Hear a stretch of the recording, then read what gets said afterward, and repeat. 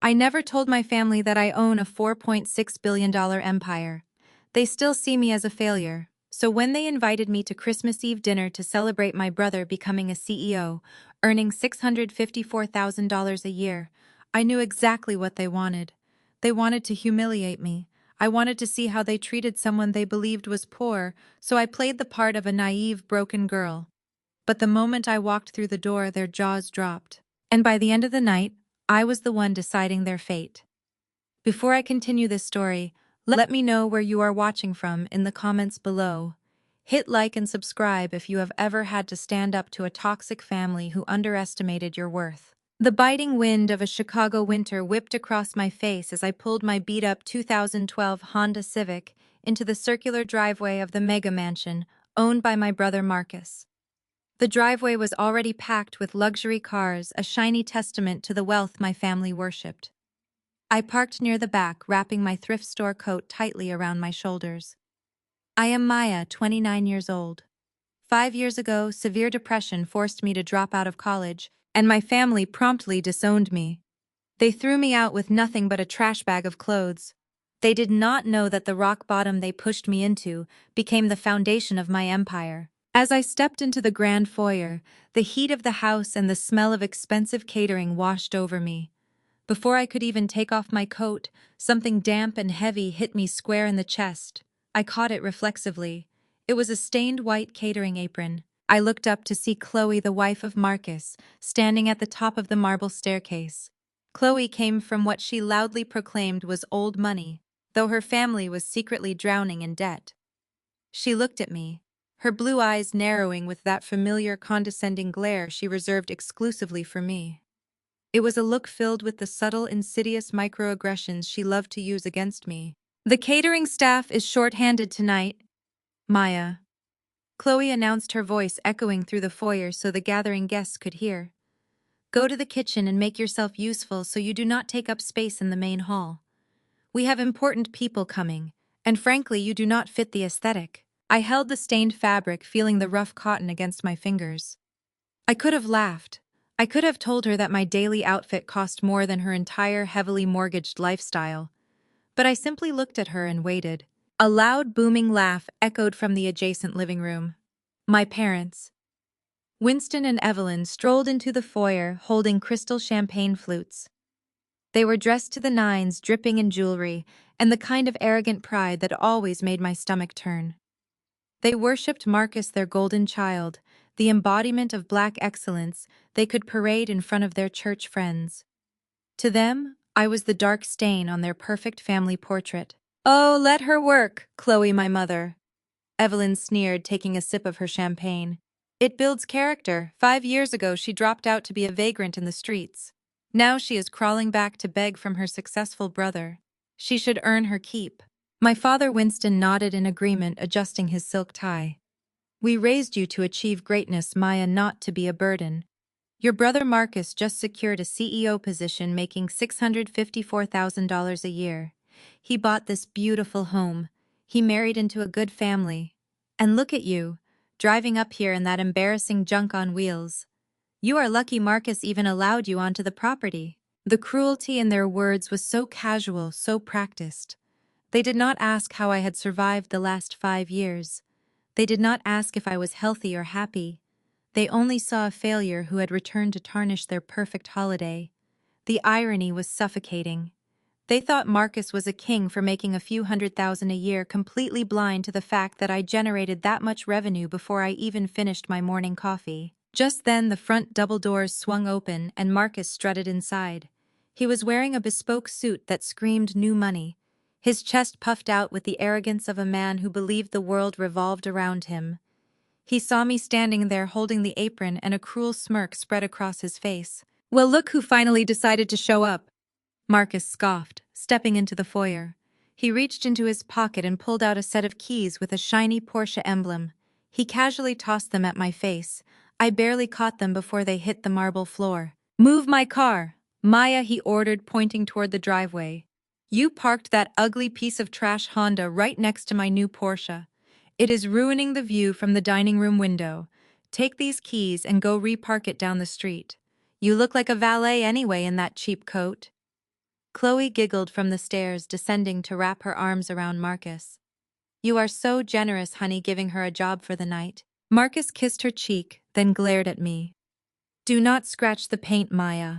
You could work 100 lifetimes and never afford a single tire on that car. Now hurry up and get to the kitchen. The guests want appetizers. I calmly tied the apron around my waist. Let us see what kind of show the CEO puts on tonight, I thought. The swinging kitchen doors provided the perfect vantage point. I carried a silver tray of smoked salmon canopies through the dining room, blending into the background just as Chloe intended. The main hall was a sea of designer gowns and tailored suits. Half the room consisted of my extended family, nodding eagerly at everything my parents said. The other half belonged to the relatives of Chloe, a clan of generational wealth that masked their financial ruin behind forced smiles and subtle condescension. At the center of it all stood Marcus. He clinked his crystal champagne flute with a silver spoon, demanding the attention of the room. The chatter died down. Marcus puffed out his chest, wrapping one arm around Chloe. Family, friends, and esteemed in-laws. Marcus projected his voice to ensure it reached every corner of the vaulted ceiling. Tonight is not just about celebrating the holidays. It is about celebrating Black excellence. As many of you know, I recently took the helm as Chief Executive Officer of Vertex Solutions. The crowd erupted into applause. My mother Evelyn dabbed at fake tears, whispering about how blessed she was. It took relentless grinding. Marcus continued, his eyes briefly flicking toward me as I passed a tray to an aunt who deliberately looked away. I did not complain. I did not quit. And today, I am proud to say, my base salary has reached $654,000 a year. More applause. The father of Chloe, a man named Richard, who ran a supposedly prestigious hedge fund, gave a slow golf clap. Marcus practically beamed at the validation from his white father-in-law. We are building an empire, Marcus declared. An empire built on discipline, something certain people in this room could learn a lot from. He raised his glass. Everyone drank. I kept my head down, balancing the tray, moving toward the beverage station. That was when Chloe made her move. She was holding a freshly poured glass of deep red Merlot. As I walked past the velvet sofa, Chloe stepped directly into my path. She did not just bump me. She drove her shoulder into my chest and flicked her wrist. The dark crimson liquid splashed directly across my cheap beige thrift store sweater, soaking through to my skin. The crystal glass slipped from her hand and shattered violently against the marble floor. Gasps echoed around us. The music seemed to stop. Oh my goodness, Maya, Chloe gasped, her tone dripping with mock horror. You are so clumsy. You really should watch where you are going. You completely ruined my drink. I stood perfectly still, the cold wine clinging to my chest. I looked at Chloe. Her eyes danced with malicious triumph. From the sofa, the mother of Chloe leaned toward her husband Richard. They did not bother to lower their voices. You can take them out of the hood, but you cannot teach them class, she whispered. This is exactly what happens when you let the help mingle with the guests. They just do not know their place. Richard chuckled, swirling his bourbon. Class differences always show themselves eventually, darling. I felt my jaw tighten. The racism was not even hidden anymore. It was right there, paraded in front of my own family. I looked at my parents, waiting for them to defend me, to say something, anything. Instead, my father Winston stormed over, his face flushed with embarrassment. Not for me, but for himself. Look at this mess you made, Winston hissed at me, pointing at the shattered crystal. You are embarrassing Marcus in front of his new family. Get down on your hands and knees and clean up this glass immediately, and do not bleed on the marble. I stared at the man who was supposed to protect me. He was ordering me to crawl on the floor like a dog for a woman who had just deliberately assaulted me. I slowly knelt down. I picked up the jagged shards of crystal one by one, letting the humiliation burn itself into my memory. This was exactly what I needed to experience. I needed to know there was nothing left to salvage here. Just as I dropped the last piece of glass into a napkin, the head catering manager approached the group. He looked uncomfortable, holding a black leather billfold. Excuse me, sir, the manager said to Marcus. We are ready to wrap up the evening service. The final invoice for the catering and premium bar staff is $8,500. Marcus smiled expansively. Of course, of course. Excellent service tonight. He patted his suit jacket pockets, performing a terrible piece of community theater. He patted his trousers, then frowned playfully. Oh, what a shame, Marcus announced loudly. I seem to have left my wallet in the master suite upstairs. It is such a long walk.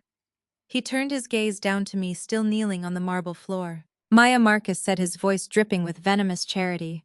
Since you have been enjoying the food and the atmosphere all night, why do you not cover the bill? Consider it your entrance fee to breathe the same air as the elite. It is the least you can do after ruining the dress of my wife with your clumsiness.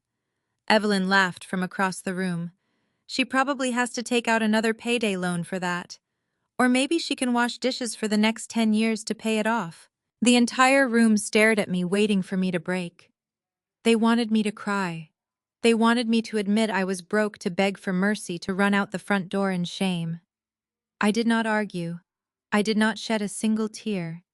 I calmly stood up, brushing the dust from my damp, wine-stained sweater. Certainly, Marcus, I said quietly. I reached into the pocket of my jeans. I did not pull out a standard plastic debit card. I pulled out a heavy, solid titanium card. It had no bank logo, no colorful designs, no numbers printed on the front. It was pitch black and weighed heavier than a stone. It was a card issued exclusively by private wealth managers to individuals with verified liquid assets exceeding $1 billion. I extended my hand and placed the cold metal onto the leather billfold. The catering manager looked down. His eyes widened. He had worked high-end luxury events for decades. He knew exactly what that card was, and more importantly, he knew what kind of power was required to possess one. The sheer gravity of holding a billionaire-tier account card left him momentarily paralyzed. He recognized the matte finish, the distinct weight of the metal. This was not a card you could apply for. It was a card that was offered to you only when your net worth could buy the entire building we were standing in. The color completely drained from his face. His hands began to tremble as he looked from the titanium card to my thrift store sweater, and then finally up to my eyes. His mouth fell open. He took a sharp breath, immediately stepping back to bow at a perfect 90-degree angle. He was preparing to address me with the ultimate respect. Before he could utter a single word of submission, I locked eyes with him. I gave him a stare so cold and so commanding that it froze the air in his lungs. I did not want the game to end yet. I wanted them to keep digging their own graves. I shook my head just a fraction of an inch, demanding absolute silence. The catering manager closed his mouth as the color completely drained from his face. He processed the solid titanium card with shaking hands, treating the metal like it was a live explosive. The machine beeped, approving a charge that would take most people months to earn in a fraction of a second. He handed the card back to me, bowing his head respectfully, though he kept his mouth shut just as I commanded.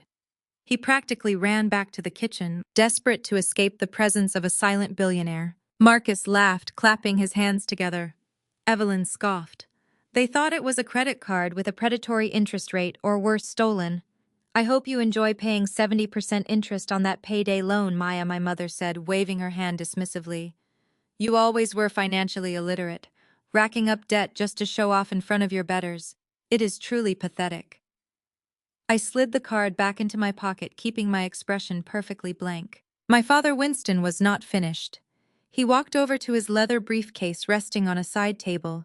He pulled out a thick legal document and marched back to the center of the room. He slammed the papers down onto the dining table right next to the stain where my spilled wine was soaking into the expensive linen runner. Since you are so eager to handle financial matters tonight, we have family business to conduct, Winston declared. I looked down at the bold print at the top of the page. It was a quit-claim deed. It was the deed to the home of my late grandmother, the only piece of real estate left in my name. Evelyn stepped forward, uncapping a heavy gold fountain pen and thrusting it toward my chest. Sign this immediately, she commanded. You are transferring your ownership of the house to Marcus. I looked at her, then at the pen, making no move to take it. Why would I give Marcus the only thing Grandma left me? I asked, my voice steady. Marcus scoffed, stepping closer to loom over me. Because I need it, Maya. I am the CEO of Vertex Solutions now. I have VIP clients to entertain. I am buying a yacht to host executive parties, and the bank requires additional collateral to secure the loan. Your little house is the only asset this family has completely paid off. Evelyn glared at me with absolute disgust. Marcus is building a legacy for this family. He is doing what you failed to do. You dropped out of college. You threw away your education to be a vagrant. You are a dropout who brings nothing but shame to our name. You do not deserve property. You do not even know how to manage a checking account. Sign the paper so your brother can continue to elevate our status in the community. I did not take the pen. I looked directly into my mother's eyes and said no. I am not signing anything. The room exploded. It was like I had set off a bomb in the middle of the dining room. Marcus slammed his fist on the table, rattling the fine china. Evelyn screamed that I was an ungrateful wretch. Several aunts and uncles, the same ones who had ignored me all night, crowded around shouting that I was selfish and holding my brother back. They swarmed me like vultures, their voices overlapping in a chaotic symphony of verbal abuse. Standing near the fireplace, Chloe and her wealthy white parents watched the spectacle with thinly veiled amusement. Richard, the father of Chloe, took a slow sip of his expensive bourbon. He leaned toward his wife, making sure his voice carried over the shouting. "It is always the same with these people," Richard chuckled, shaking his head, tearing each other apart like wild animals over a few crumbs and a dilapidated shack in the ghetto. No generational wealth, just generational chaos. They simply do not know how to handle real assets. Chloe giggled, whispering something in agreement. The racism was suffocating, thick and heavy in the air, yet my own parents were too blinded by their greed to defend themselves or me. They were too busy trying to strip me of my last remaining connection to my grandmother to realize they were performing for a white family that viewed them as entertainment. I let them shout. I let them threaten me. I waited until Marcus had exhausted his breath and Evelyn was glaring at me with pure hatred. Then I reached into the inner pocket of my coat. I did not pull out a pen. I pulled out a folded document officially stamped with the blue seal of the city planning department. I smoothed out the creases and slid it across the mahogany table directly over the quitclaim deed my father had brought. The room fell silent as Marcus leaned in to read the bold lettering at the top. He frowned, his eyes scanning the page, trying to comprehend what he was looking at. "What is this nonsense?" Winston demanded, snatching the paper from the table. "That is a city demolition permit," I said, my voice cutting through the silence like a sharp blade. "You see, 3 years ago, when you nearly lost that house to foreclosure because of your secret gambling debts, Dad, I quietly bought the debt from the bank. I own the land free and clear. And at 6 o'clock this morning, I had a construction crew legally bulldoze the entire property to the ground." Winston dropped the paper, his hands shaking violently. Marcus turned pale. "You are lying," Marcus gasped. "You cannot afford that." I smiled, cold and unyielding. "I am building a tuition-free STEM academy for Black youth on that lot. The foundation was poured this afternoon. The collateral you desperately needed for your little yacht, Marcus, no longer exists. It is nothing but a pile of dust." Marcus stared at the demolition permit, as if the paper itself had caught fire. Then he exploded, the veins in his neck bulging against his stiff, tailored collar. "You stupid, vindictive girl!" Marcus screamed, completely abandoning the polished executive persona he had been broadcasting all night. "Do you have any idea what you just did? That property was my golden ticket. I needed that equity to close the financing on the yacht. I needed that asset to prove to my board that I have personal skin in the game. You tore down a perfectly good piece of real estate just to spite me." Chloe dropped her wine glass entirely, the remaining crimson liquid splashing against the expensive marble floor. She lunged forward, her perfectly manicured hands curling into tight fists. "You are sick in the head," she shrieked, pointing a trembling finger inches from my face. "You are nothing but a jealous, miserable failure who wants to drag Marcus down to your level in the gutter. You resent his success so much that you would rather destroy your own inheritance than see him thrive. You are pure trash." Before Marcus could lunge across the mahogany table to physically grab me, Richard stepped between us. The wealthy hedge fund manager adjusted his bespoke cuffs, shooting me a look of absolute concentrated disgust. He placed a calming hand on the shoulder of Marcus, acting like the wise, civilized patriarch stepping in to soothe a volatile, unsophisticated situation. "Settle down, Marcus," Richard said, his voice dripping with elitist superiority. "There is no point in arguing with someone who lacks basic economic comprehension. You cannot expect a feral animal to understand the architecture of a cage." Richard turned his cold, judgmental gaze toward me. "You see, Maya, uneducated dropouts, like you will never understand the rules of capital. You operate on petty emotions and small-minded vengeance because you have no vision. You just ruined the financial leverage of your brother out of pure spite, because you cannot fathom how real money works in the actual world. You think tearing down a house makes you powerful. In reality, it just proves you belong exactly where you are, at the very bottom of the financial food chain. You destroyed a strategic asset because you do not have the intellectual capacity to build one. You are a liability to your own bloodline." I did not yell. I did not step back. I did not even flinch. I looked Richard dead in the eye, letting a slow, chilling smile spread across my face. The absolute silence of the room amplified the calm, steady rhythm of my breathing. "The rules of capital," I repeated softly, letting the words hang in the tense dining room air. "That is a fascinating topic, Richard. Tell me, do the rules of capital include executing a highly illegal series of offshore block trades through a shell company in the Cayman Islands?" The smug smirk instantly vanished from the face of Richard. His skin turned a sickly shade of gray. His mouth opened, but no sound came out. I took a step closer to him, my voice dropping to a surgical, deadly pitch. "Because my understanding of economics might be flawed, but I am fairly certain that routing $47 million through a fictitious tech subsidiary yesterday afternoon to hide your massive firm-wide insolvency is heavily frowned upon by the Securities and Exchange Commission. I know about the margin calls you have been hiding for the past 6 months. I know your flagship fund is bleeding capital so fast you can barely make payroll for your senior analysts.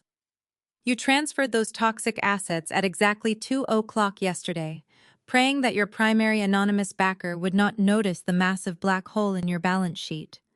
You lecture me about building assets when your entire empire is currently balancing on a single string of wire fraud. You are bankrupt, Richard.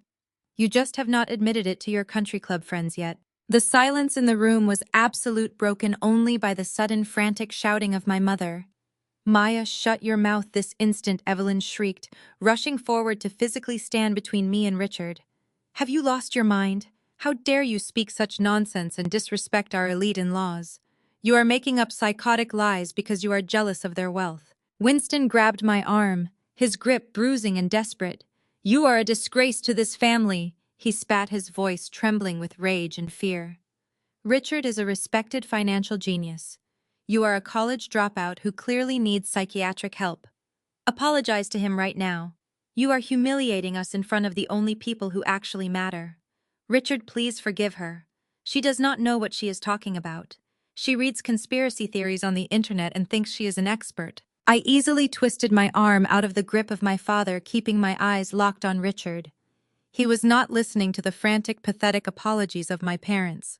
He was staring at me with pure, unadulterated terror. He looked like a man who had just watched his executioner sharpen the blade. Suddenly, a sharp, piercing ringtone shattered the chaos in the dining room. It was coming from the inside pocket of the suit jacket Richard wore. He flinched violently at the sound, his hands shaking so uncontrollably he could barely pull the sleek phone from his coat. He stared at the caller identification on the screen. The remaining color drained completely from his face, leaving him looking like a ghost. He swiped the screen and brought the phone to his ear. He did not say hello. He just listened. The voice on the other end of the line was loud enough for the people standing nearby to hear the frantic, panicked tone, even if they could not make out the exact words. I did not need to hear the words. I already knew exactly what the caller was saying. Richard let out a strangled gasp. "No, wait, please," he choked out, his voice cracking into a high-pitched wheeze. "You cannot do this. You are our primary backer. If you pull the funding now, we are finished. Please, I can explain the asset transfer. It was just a temporary repositioning of capital. I swear to you the liquidity is there. We just need time." The caller hung up. The sharp dial tone echoed faintly from the speaker. Richard dropped the phone. It clattered against the marble floor, sliding to a stop near my boots. His primary anonymous backer had just pulled 100% of their funding. The lifeline he desperately needed to survive the week was permanently gone. His knees buckled beneath him. He stumbled backward, clutching his chest, trying to draw air into his closing lungs. He collapsed heavily into one of the velvet dining chairs, hyperventilating, his eyes wide and vacant. The wealthy patriarch of the old money family was currently having a full mental breakdown in the middle of a Christmas Eve dinner. The wealthy patriarch of the old money family was currently having a full mental breakdown in the middle of a Christmas Eve dinner. He gasped for air, tearing at his expensive silk tie while his wife knelt beside him in a panic. Chloe stood frozen in place, staring at her father in horror, her jaw trembling as the reality of my words began to sink in.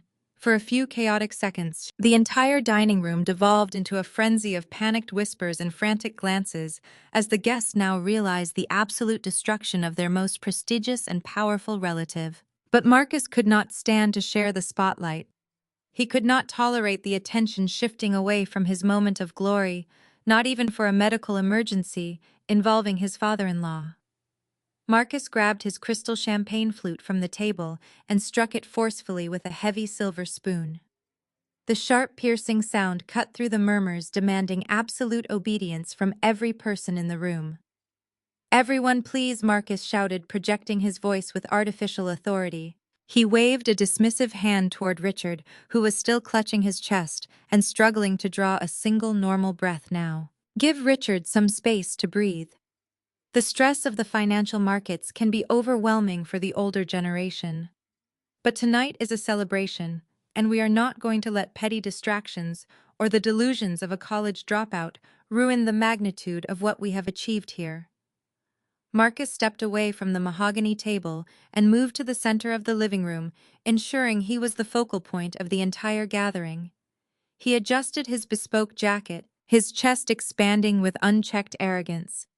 He looked around the room, making intense eye contact with the greedy relatives nearby. "I wanted to save this announcement for dessert." Marcus began, his voice dripping with theatrical suspense. "But considering the disruptions we have faced tonight, I think it is time to remind everyone exactly who is leading this family into the future." My mother Evelyn clasped her hands together, her eyes shining with manic devotion.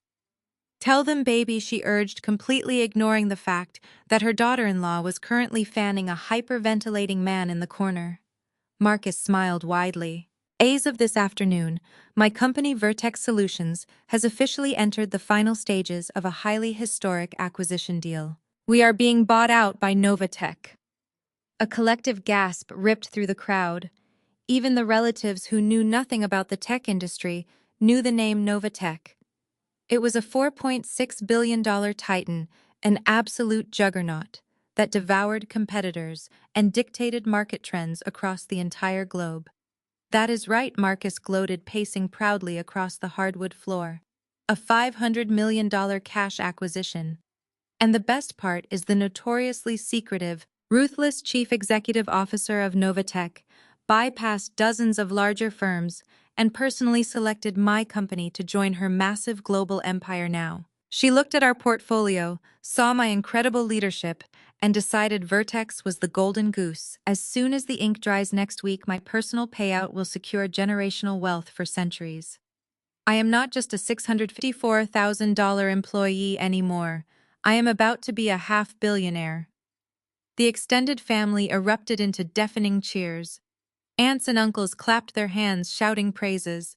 Evelyn threw her arms around the neck of my father, sobbing tears of absolute euphoria. "Look at our king," Evelyn cried out, pointing at Marcus as if he were royal blood. "This is what black excellence looks like. This is the son who carries our legacy. God has truly blessed this house tonight." Marcus soaked in the adulation, spreading his arms wide to accept the blind worship of his enablers. He waited for the applause to die down before turning his attention back to me. The smug, victorious sneer returned to his face. He walked slowly toward me, looking me up and down with utter contempt. "You thought you did something brilliant by destroying the house of Grandma Maya," Marcus now sneered, his voice laced with pure and unfiltered toxic venom. "You thought you could trap me by taking away my collateral. You thought you could bring me down to your miserable, pathetic level. But you failed. I do not need that rotting shack in the ghetto anymore. I do not need bank loans for a yacht. I can buy the whole marina in cash by next Friday. He reached into his tailored slacks and pulled out a sleek designer money clip. He peeled a crisp $100 bill from the thick stack. He did not hand it to me. He held it out and let it slowly slip down. He watched it flutter to the floor, landing directly at the toes of my boots. "Take this," Marcus said, laughing coldly. "Since you decided to play working-class hero tonight, consider it a generous tip. In fact, when Novatech takes over my operations, I will pull some strings with human resources. I will hire you to scrub their toilets. At least then you can tell people you work for a billion-dollar empire instead of begging for scraps on the cold street." The room erupted in cruel, mocking laughter. My parents beamed with pride at the extreme humiliation I faced. Chloe stopped tending to her gasping father to shoot me a look of venomous triumph. They thought they had won. I looked down at the $100 bill resting on the marble floor. I slowly bent my knees, keeping my posture perfectly straight, and picked up the crisp green currency. I stood back up, casually brushed a speck of dust off the face of Benjamin Franklin, and smiled chillingly at my brother. "Are you entirely sure the CEO of Novatech likes you, Marcus? What happens when she finds the $2 million in corporate funds you embezzled to buy your Porsche?" The color vanished from the face of Marcus, leaving him looking like a ghost, illuminated by the crystal chandeliers overhead. For a split second, the arrogant facade of the newly appointed chief executive officer shattered into a million irrecoverable pieces. He did not ask how I knew. He did not deny the accusation. The sheer naked terror in his eyes confirmed to everyone in the room that the $2 million embezzlement was not a fabrication. It was a deadly, undeniable fact. Then the terror mutated into a blind, explosive rage. "Shut your lying mouth!" Marcus roared, a primal sound that tore through the dining room. He lunged forward, throwing his entire body weight toward me, with his fist raised, fully intending to strike me across the face. I did not flinch. I simply shifted my weight to the left and pivoted on my heel. Marcus, blinded by his own panic and momentum, stumbled clumsily past me. He crashed heavily into a silver serving tray, sending a cascade of expensive hors d'oeuvres scattering across the pristine marble floor. Before he could scramble back to his feet, the rest of my family swarmed me like a pack of rabid wolves. The brief moment of shock had passed, replaced by an aggressive, desperate need to protect their golden child at all costs. My aunts and uncles closed the circle, their faces contorted with pure hatred, screaming insults that drowned out the classical music still playing in the background. "You are a monster," my Aunt Valerie shrieked, pointing a manicured finger at my chest. "How dare you come into the house of your brother and try to ruin the biggest night of his life with these psychotic, jealous lies?" My mother, Evelyn, pushed her way to the front of the mob. Her eyes were wild, consumed by the toxic devotion she held for her son. She grabbed my arm, her nails digging painfully through the fabric of my thrift store sweater. "You are a jealous, bitter disgrace!" Evelyn screamed, her voice cracking with absolute hysteria. "You have always been a failure. You could not handle the pressure of college, and now you cannot stand the fact that your brother is a success. You cannot stand that he makes $654,000 a year while you have absolutely nothing. You are trying to destroy the only good thing this family has ever achieved because you are a miserable, broken dropout." My father, Winston, stepped up beside her. He looked at me not as a daughter, but as a parasite that needed to be eradicated immediately. He puffed out his chest, aligning himself perfectly with the son who was supposed to buy them their luxury retirement. "Listen to me very carefully," Winston commanded, his voice booming with forced authority. "We have spent years making excuses for your failures. We prayed for you. We hid your embarrassment from our church community. But this is the final straw. You come in here, you disrespect the wealthy family of Chloe, and you slander the name of your brother. I will not allow it. You are no longer our daughter. I do not ever want to see your face in my home or the home of my son ever again. Get out." The words echoed through the massive foyer. "You are no longer our daughter." For 29 years, those words would have shattered my soul. For 29 years, I had craved their validation, their love, and their basic respect. I had endured the constant comparisons, the gaslighting, and the blatant favoritism just to feel like I belonged to this family. But standing there surrounded by the venomous glares of the people who shared my blood, I did not feel sorrow. I did not feel the sting of rejection. I felt an overwhelming, magnificent sense of liberation. I looked at my mother, whose chest was heaving with exertion. I looked at my father, who was shielding the embezzling, fraudulent son he idolized. I looked at Marcus, who was wiping spilled food off his bespoke suit, still trembling from the fear of his crimes being exposed to his new corporate partners. I reached behind my back and untied the knot of the stained white catering apron Chloe had thrown at me earlier. I pulled the rough cotton over my head, feeling the physical weight of their oppression lifting off my shoulders. I held the apron out for a brief second, then let it drop to the floor.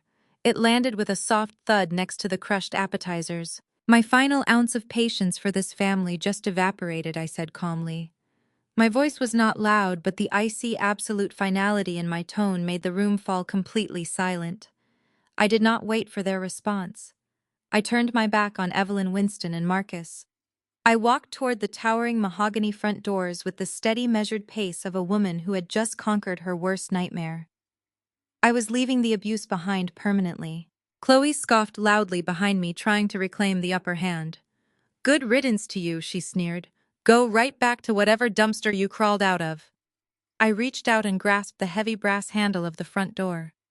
Just as I pulled it open to step outside, the sharp, deafening screech of heavy tires locking against the asphalt tore through the freezing Christmas Eve air.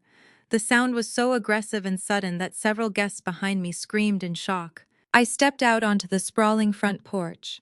Three massive, heavily armored black Cadillac Escalades swerved violently into the circular driveway, their tires smoking against the pavement.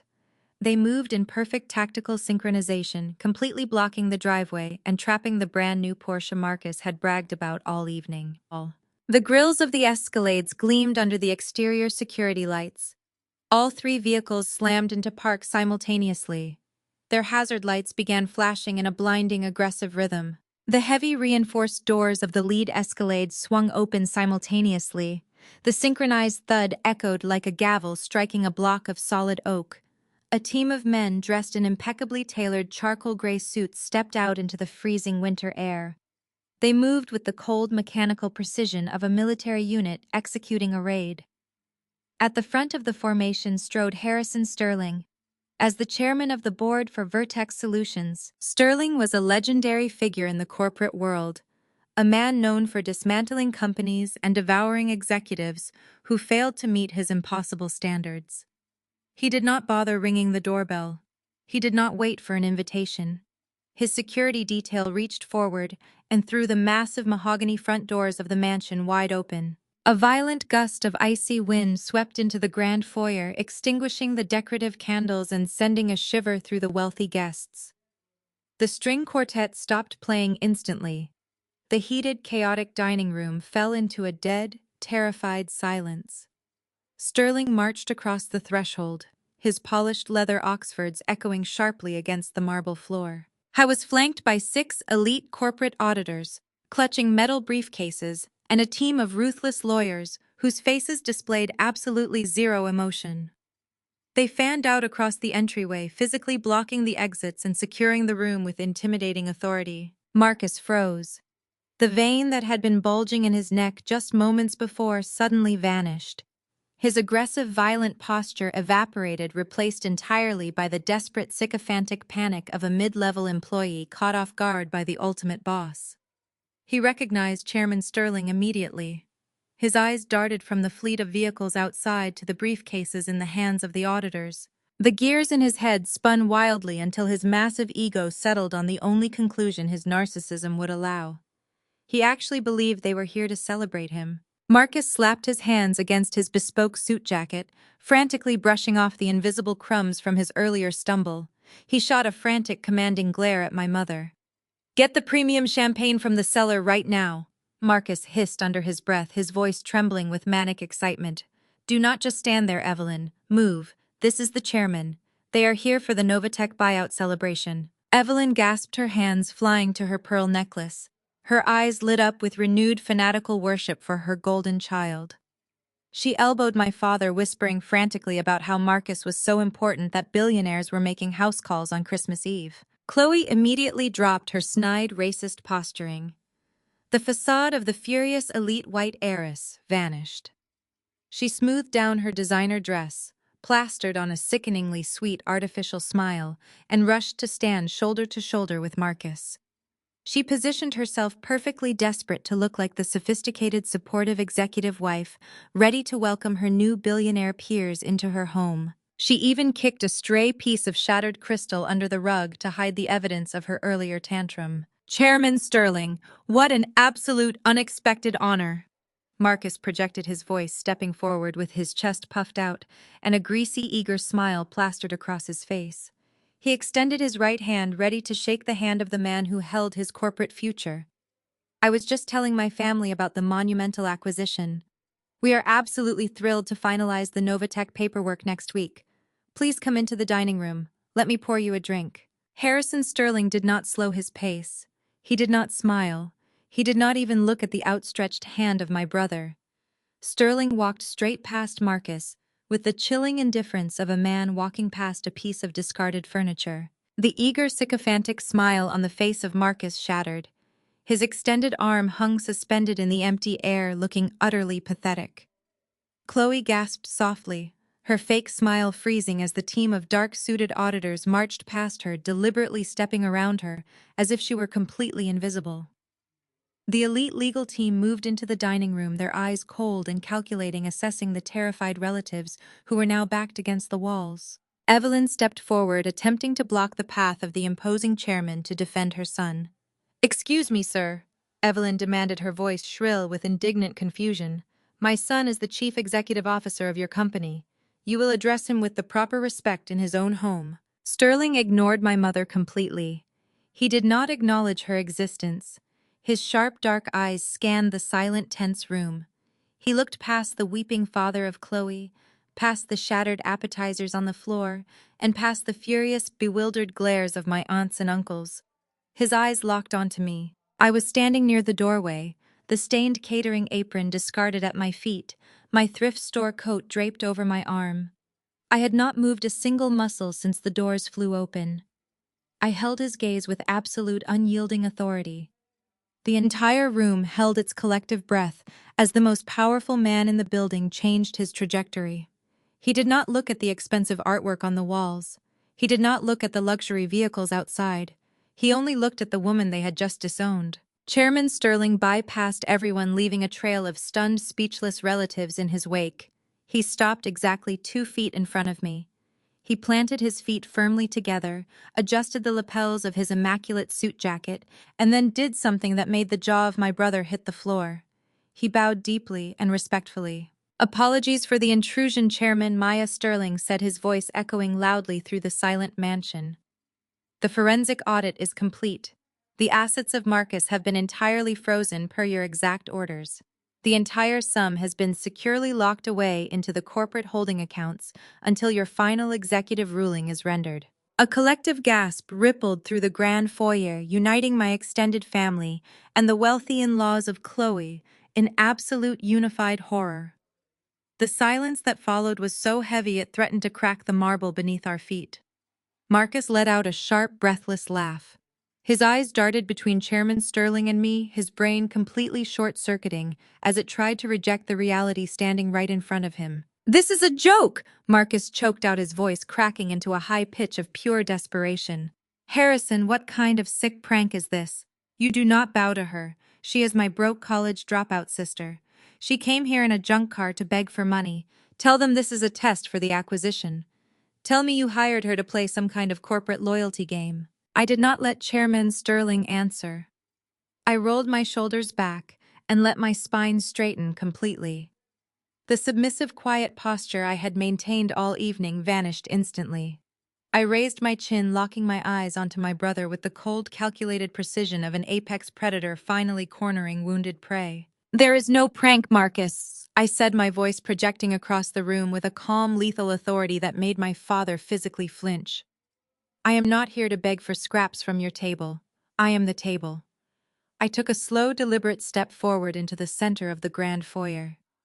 The crowd of relatives instinctively parted like the Red Sea, terrified to even stand in my shadow. The same aunts and uncles who had mocked me minutes earlier now looked at the floor, refusing to meet my gaze. Allow me to formally introduce myself to the people who just threw me out into the freezing street. I announced, ensuring every single person in the room heard every syllable clearly. I am the sole founder and chief executive officer of Novatech. I own and operate a $4.6 billion global empire. I am the mysterious buyer who has been evaluating your pathetic, mismanaged company for the past 6 months. Winston gripped the edge of a mahogany console table so hard his knuckles turned stark white. He stumbled backward, his legs giving out slightly, his mouth opening and closing without producing a single sound.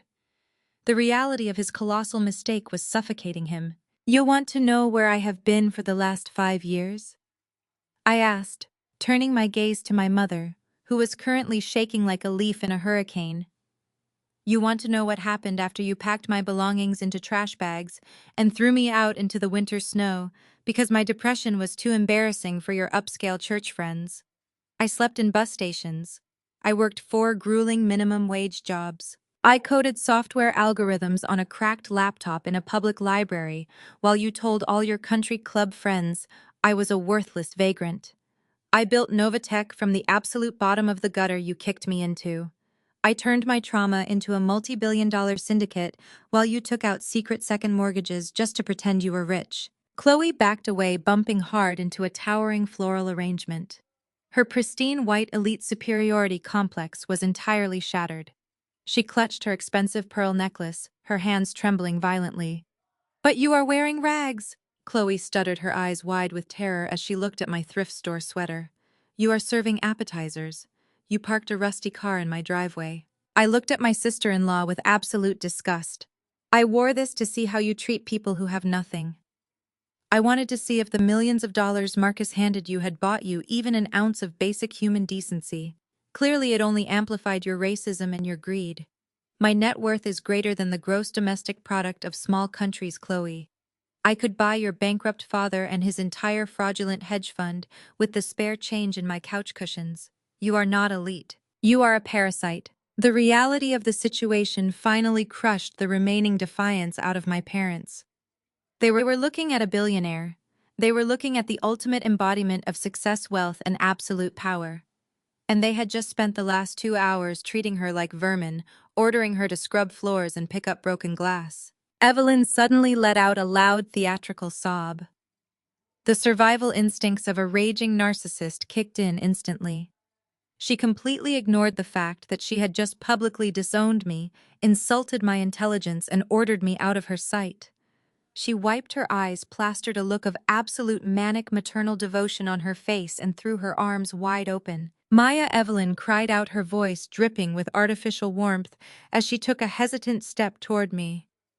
"My beautiful, successful baby girl. I always knew you were destined for greatness. We were just giving you tough love tonight to test your spirit. Oh, praise the Lord, my brilliant daughter has come home to bless her family."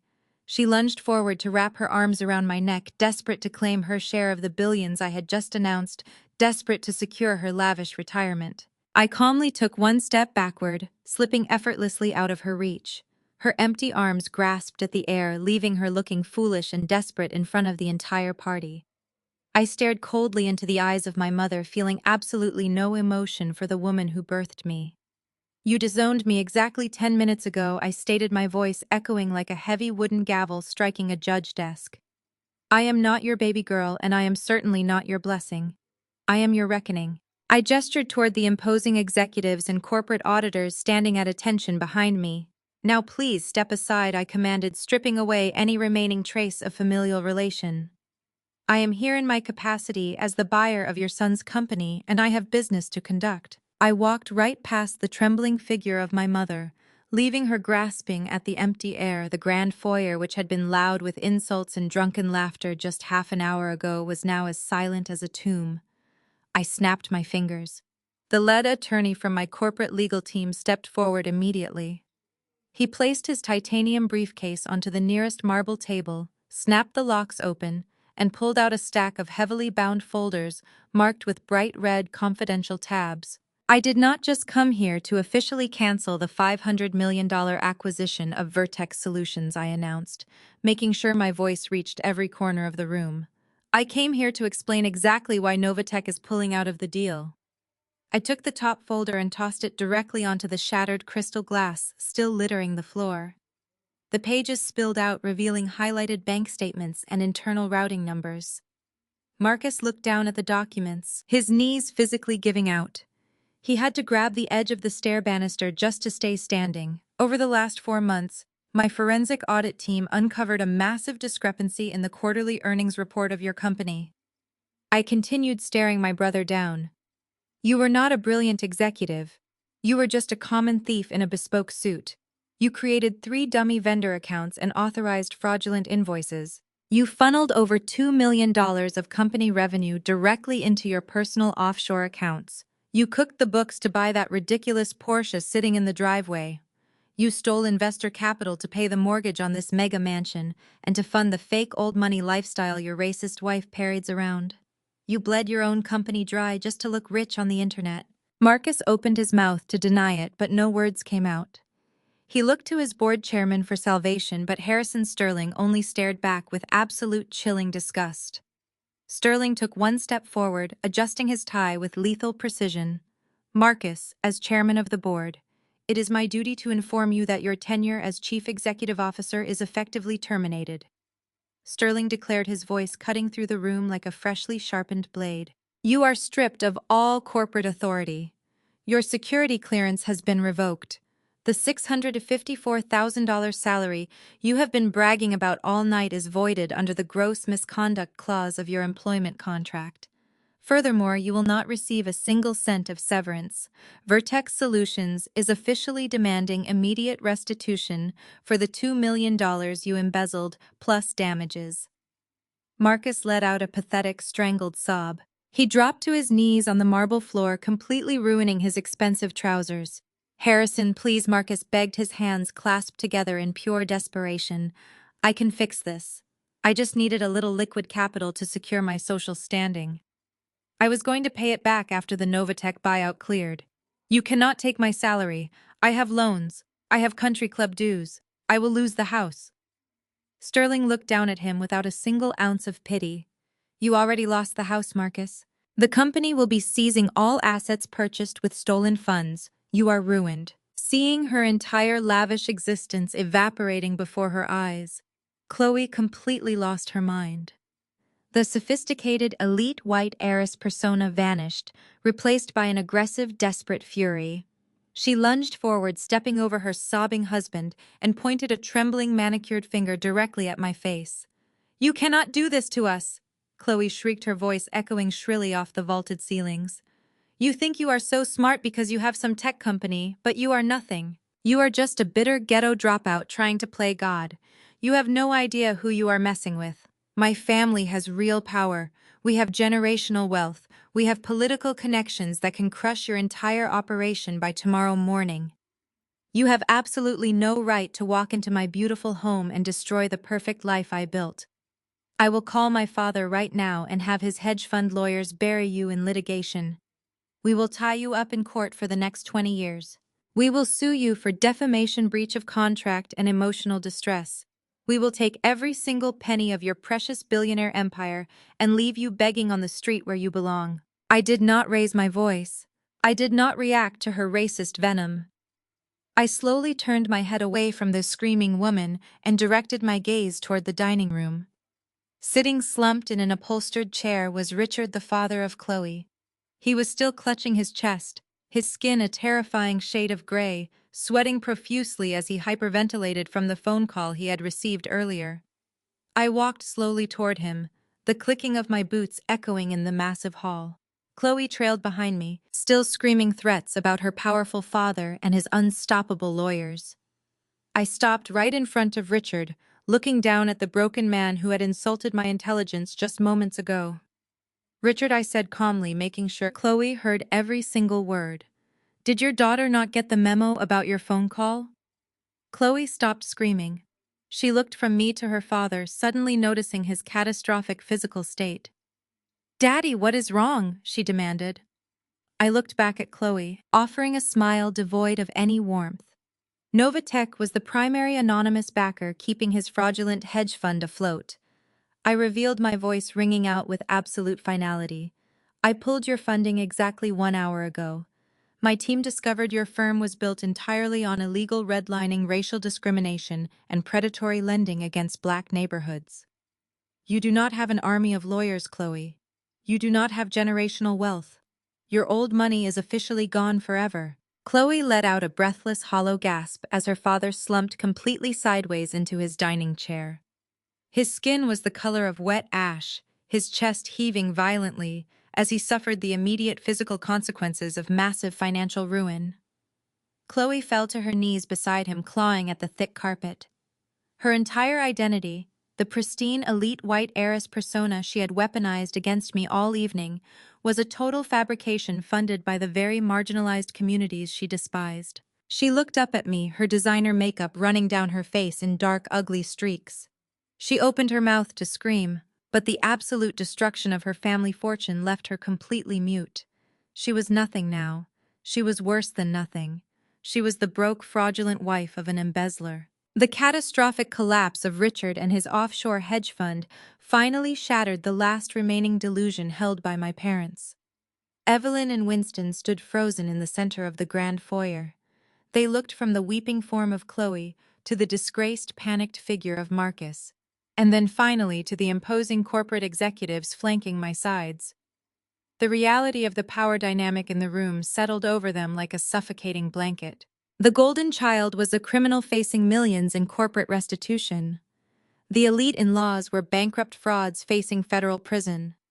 The disgraced dropout daughter they had spent years trying to erase was a multi-billion-dollar titan who held the fate of their entire bloodline in the palm of her hand. Evelyn let out a guttural, desperate wail.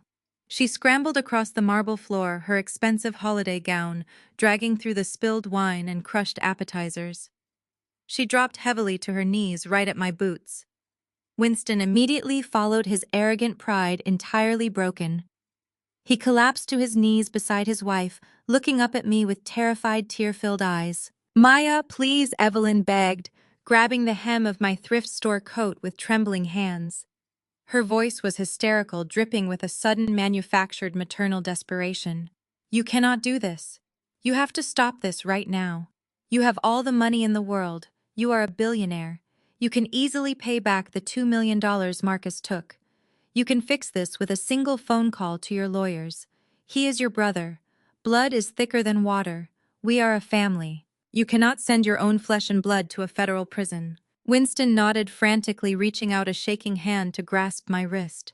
"She is right, Maya. We made mistakes tonight, but we are your parents. We raised you.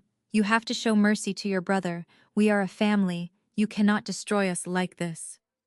I looked down at the two people who brought me into this world. I felt absolutely nothing. No pity, no sadness. Just a profound clinical emptiness. The emotional manipulation that used to paralyze me now felt as harmless as a gentle breeze. "Family," I repeated softly, letting the word hang in the silent, suffocating air of the grand foyer. Chairman Sterling and his team of elite auditors watched the pathetic spectacle with cold, calculating detachment. The extended aunts and uncles who had happily mocked me and eaten the expensive food funded by stolen money all evening pressed themselves flat against the walls. They were terrified that any sudden movement might draw my wrath toward them. "You want to talk about family," I said, my voice steady and deadly calm. "You want to talk about loyalty and blood. Let us review exactly how this family treats its blood." I raised my left wrist. I tapped the smooth black glass of my custom prototype smartwatch. I swiped across the digital interface and pressed a single activation button. The device instantly overrode the Bluetooth connection of the central smart home system installed in the mansion. The classical holiday music playing softly from the hidden surround sound speakers cut out immediately. A second later, crystal clear audio filled every room, hallway, and corner of the massive estate. The high-definition recording I had started the moment I walked through the front doors began to play at maximum volume. First, the sharp, condescending voice of Chloe echoed off the vaulted ceilings. "The catering staff is short-handed tonight, Maya. Go to the kitchen and make yourself useful so you do not take up space in the main hall. We have important people coming, and frankly, you do not fit the aesthetic." Chloe buried her face in her hands, sobbing uncontrollably, as her blatant racism was broadcast directly to the chairman of the board and the corporate lawyers standing in her foyer. The audio continued. My mother laughed cruelly through the speakers. "Let her work, Chloe. 5 years ago, she dropped out to be a vagrant in the streets. Now she is crawling back to beg from her successful brother. She should earn her keep." Evelyn covered her ears, shrinking away from the sound of her own voice. Winston squeezed his eyes shut in pure shame. Then came the voice of Marcus, arrogant and vile. "Take these keys and go repark it down the street. You look like a valet anyway in that cheap coat. Do not scratch the paint, Maya. You could work 100 lifetimes and never afford a single tire on that car." The recording shifted to the dining room. The sharp sound of breaking crystal glass played loudly. Then the mocking whisper of the mother of Chloe filled the room. "You can take them out of the hood, but you cannot teach them class. This is exactly what happens when you let the help mingle with the guests. They just do not know their place." The white in-laws shrank into the background, desperate to escape the furious judging glares of the corporate executives who were documenting every word. The audio reached its devastating climax. The booming, furious voice of Winston filled the room. "You are a disgrace to this family. You are a college dropout who clearly needs psychiatric help," followed immediately by the hysterical screaming of Evelyn. "You are a jealous, bitter disgrace. You have always been a failure. You are no longer our daughter. Get out." I tapped my watch again. The audio cut off, leaving a silence so heavy it threatened to crush the lungs of every person in the room. Chairman Sterling looked at my parents with absolute, unadulterated disgust. The corporate lawyers shook their heads, scribbling final notes onto their legal pads. The extended family members stared at their designer shoes, mortified by the undeniable proof of their collective toxicity. Evelyn was weeping openly now, her hands clasped together in a posture of desperate prayer. Winston could not even look at me. The reality of their cruelty had been exposed to the exact elite society they worshipped. There was nowhere left to hide. There was no way to gaslight me or manipulate the digital evidence. I looked down at my mother and father still kneeling on the cold marble floor.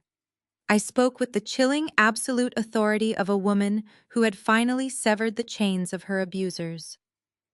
"Blood is thicker than water," I stated, staring coldly at my parents. "But this water has been poisoned for 20 years. I am cutting the infection out." Winston let out a broken, defeated sob. Marcus remained slumped by the staircase, staring blankly at the shattered hors d'oeuvres his entire life, completely eradicated by his own greed and arrogance. Evelyn buried her face in the floor, wailing into the stone. Before anyone could speak another word, a sudden blinding flash of color cut through the darkness outside. Bright pulsing bursts of red and blue light illuminated the massive floor-to-ceiling windows of the grand foyer. The frantic, deafening wail of police sirens shattered the quiet winter night. Through the glass, I watched as a fleet of marked squad cars pulled aggressively into the driveway, boxing in the black Cadillac Escalades and trapping the stolen Porsche. The flashing lights painted the terrified faces of my family in alternating shades of crimson and blue. The heavy double doors were violently breached. 6 officers of the law, including 2 plainclothes detectives holding thick manila folders, stormed into the grand foyer. Their heavy tactical boots trampled over the shattered crystal, the spilled Merlot, and the crushed appetizers that littered the expensive marble floor. The intense strobing red and blue lights from their squad cars pierced through the massive front windows, casting harsh, terrifying shadows across the faces of my frozen relatives. The classic holiday music had long been silenced, leaving only the aggressive crackle of police radios echoing in the vaulted ceiling. The lead detective stepped forward, his eyes scanning the crowd of wealthy, horrified guests before locking dead onto my brother. Marcus Vance, the detective, announced, his voice booming with absolute, unforgiving authority. "I have a warrant for your immediate arrest on federal charges of corporate embezzlement, wire fraud, and grand larceny. You have the right to remain silent." Marcus let out a sound that I had never heard a grown man make. It was a high-pitched, desperate squeal of pure, unadulterated terror. He tried to scramble backward away from the advancing officers, but the sign caused his expensive leather shoes to slip. He thrashed wildly on the ground, ruining his tailored bespoke suit entirely as he crawled toward the legs of my father. "Dad, do something." Marcus screamed, tears streaming down his face, completely abandoning the arrogant executive persona he had weaponized all night. "Mom, tell them they cannot take me. I am a corporate executive. I am a king. Tell them who I am." Evelyn reacted with the blind, hysterical devotion of a toxic enabler. She threw herself between the police officers and her golden child, waving her arms frantically. "You are making a mistake!" Evelyn shrieked, her voice cracking as she shoved her hands toward the chest of the lead detective. "My son is a highly successful man. He makes $654,000 a year.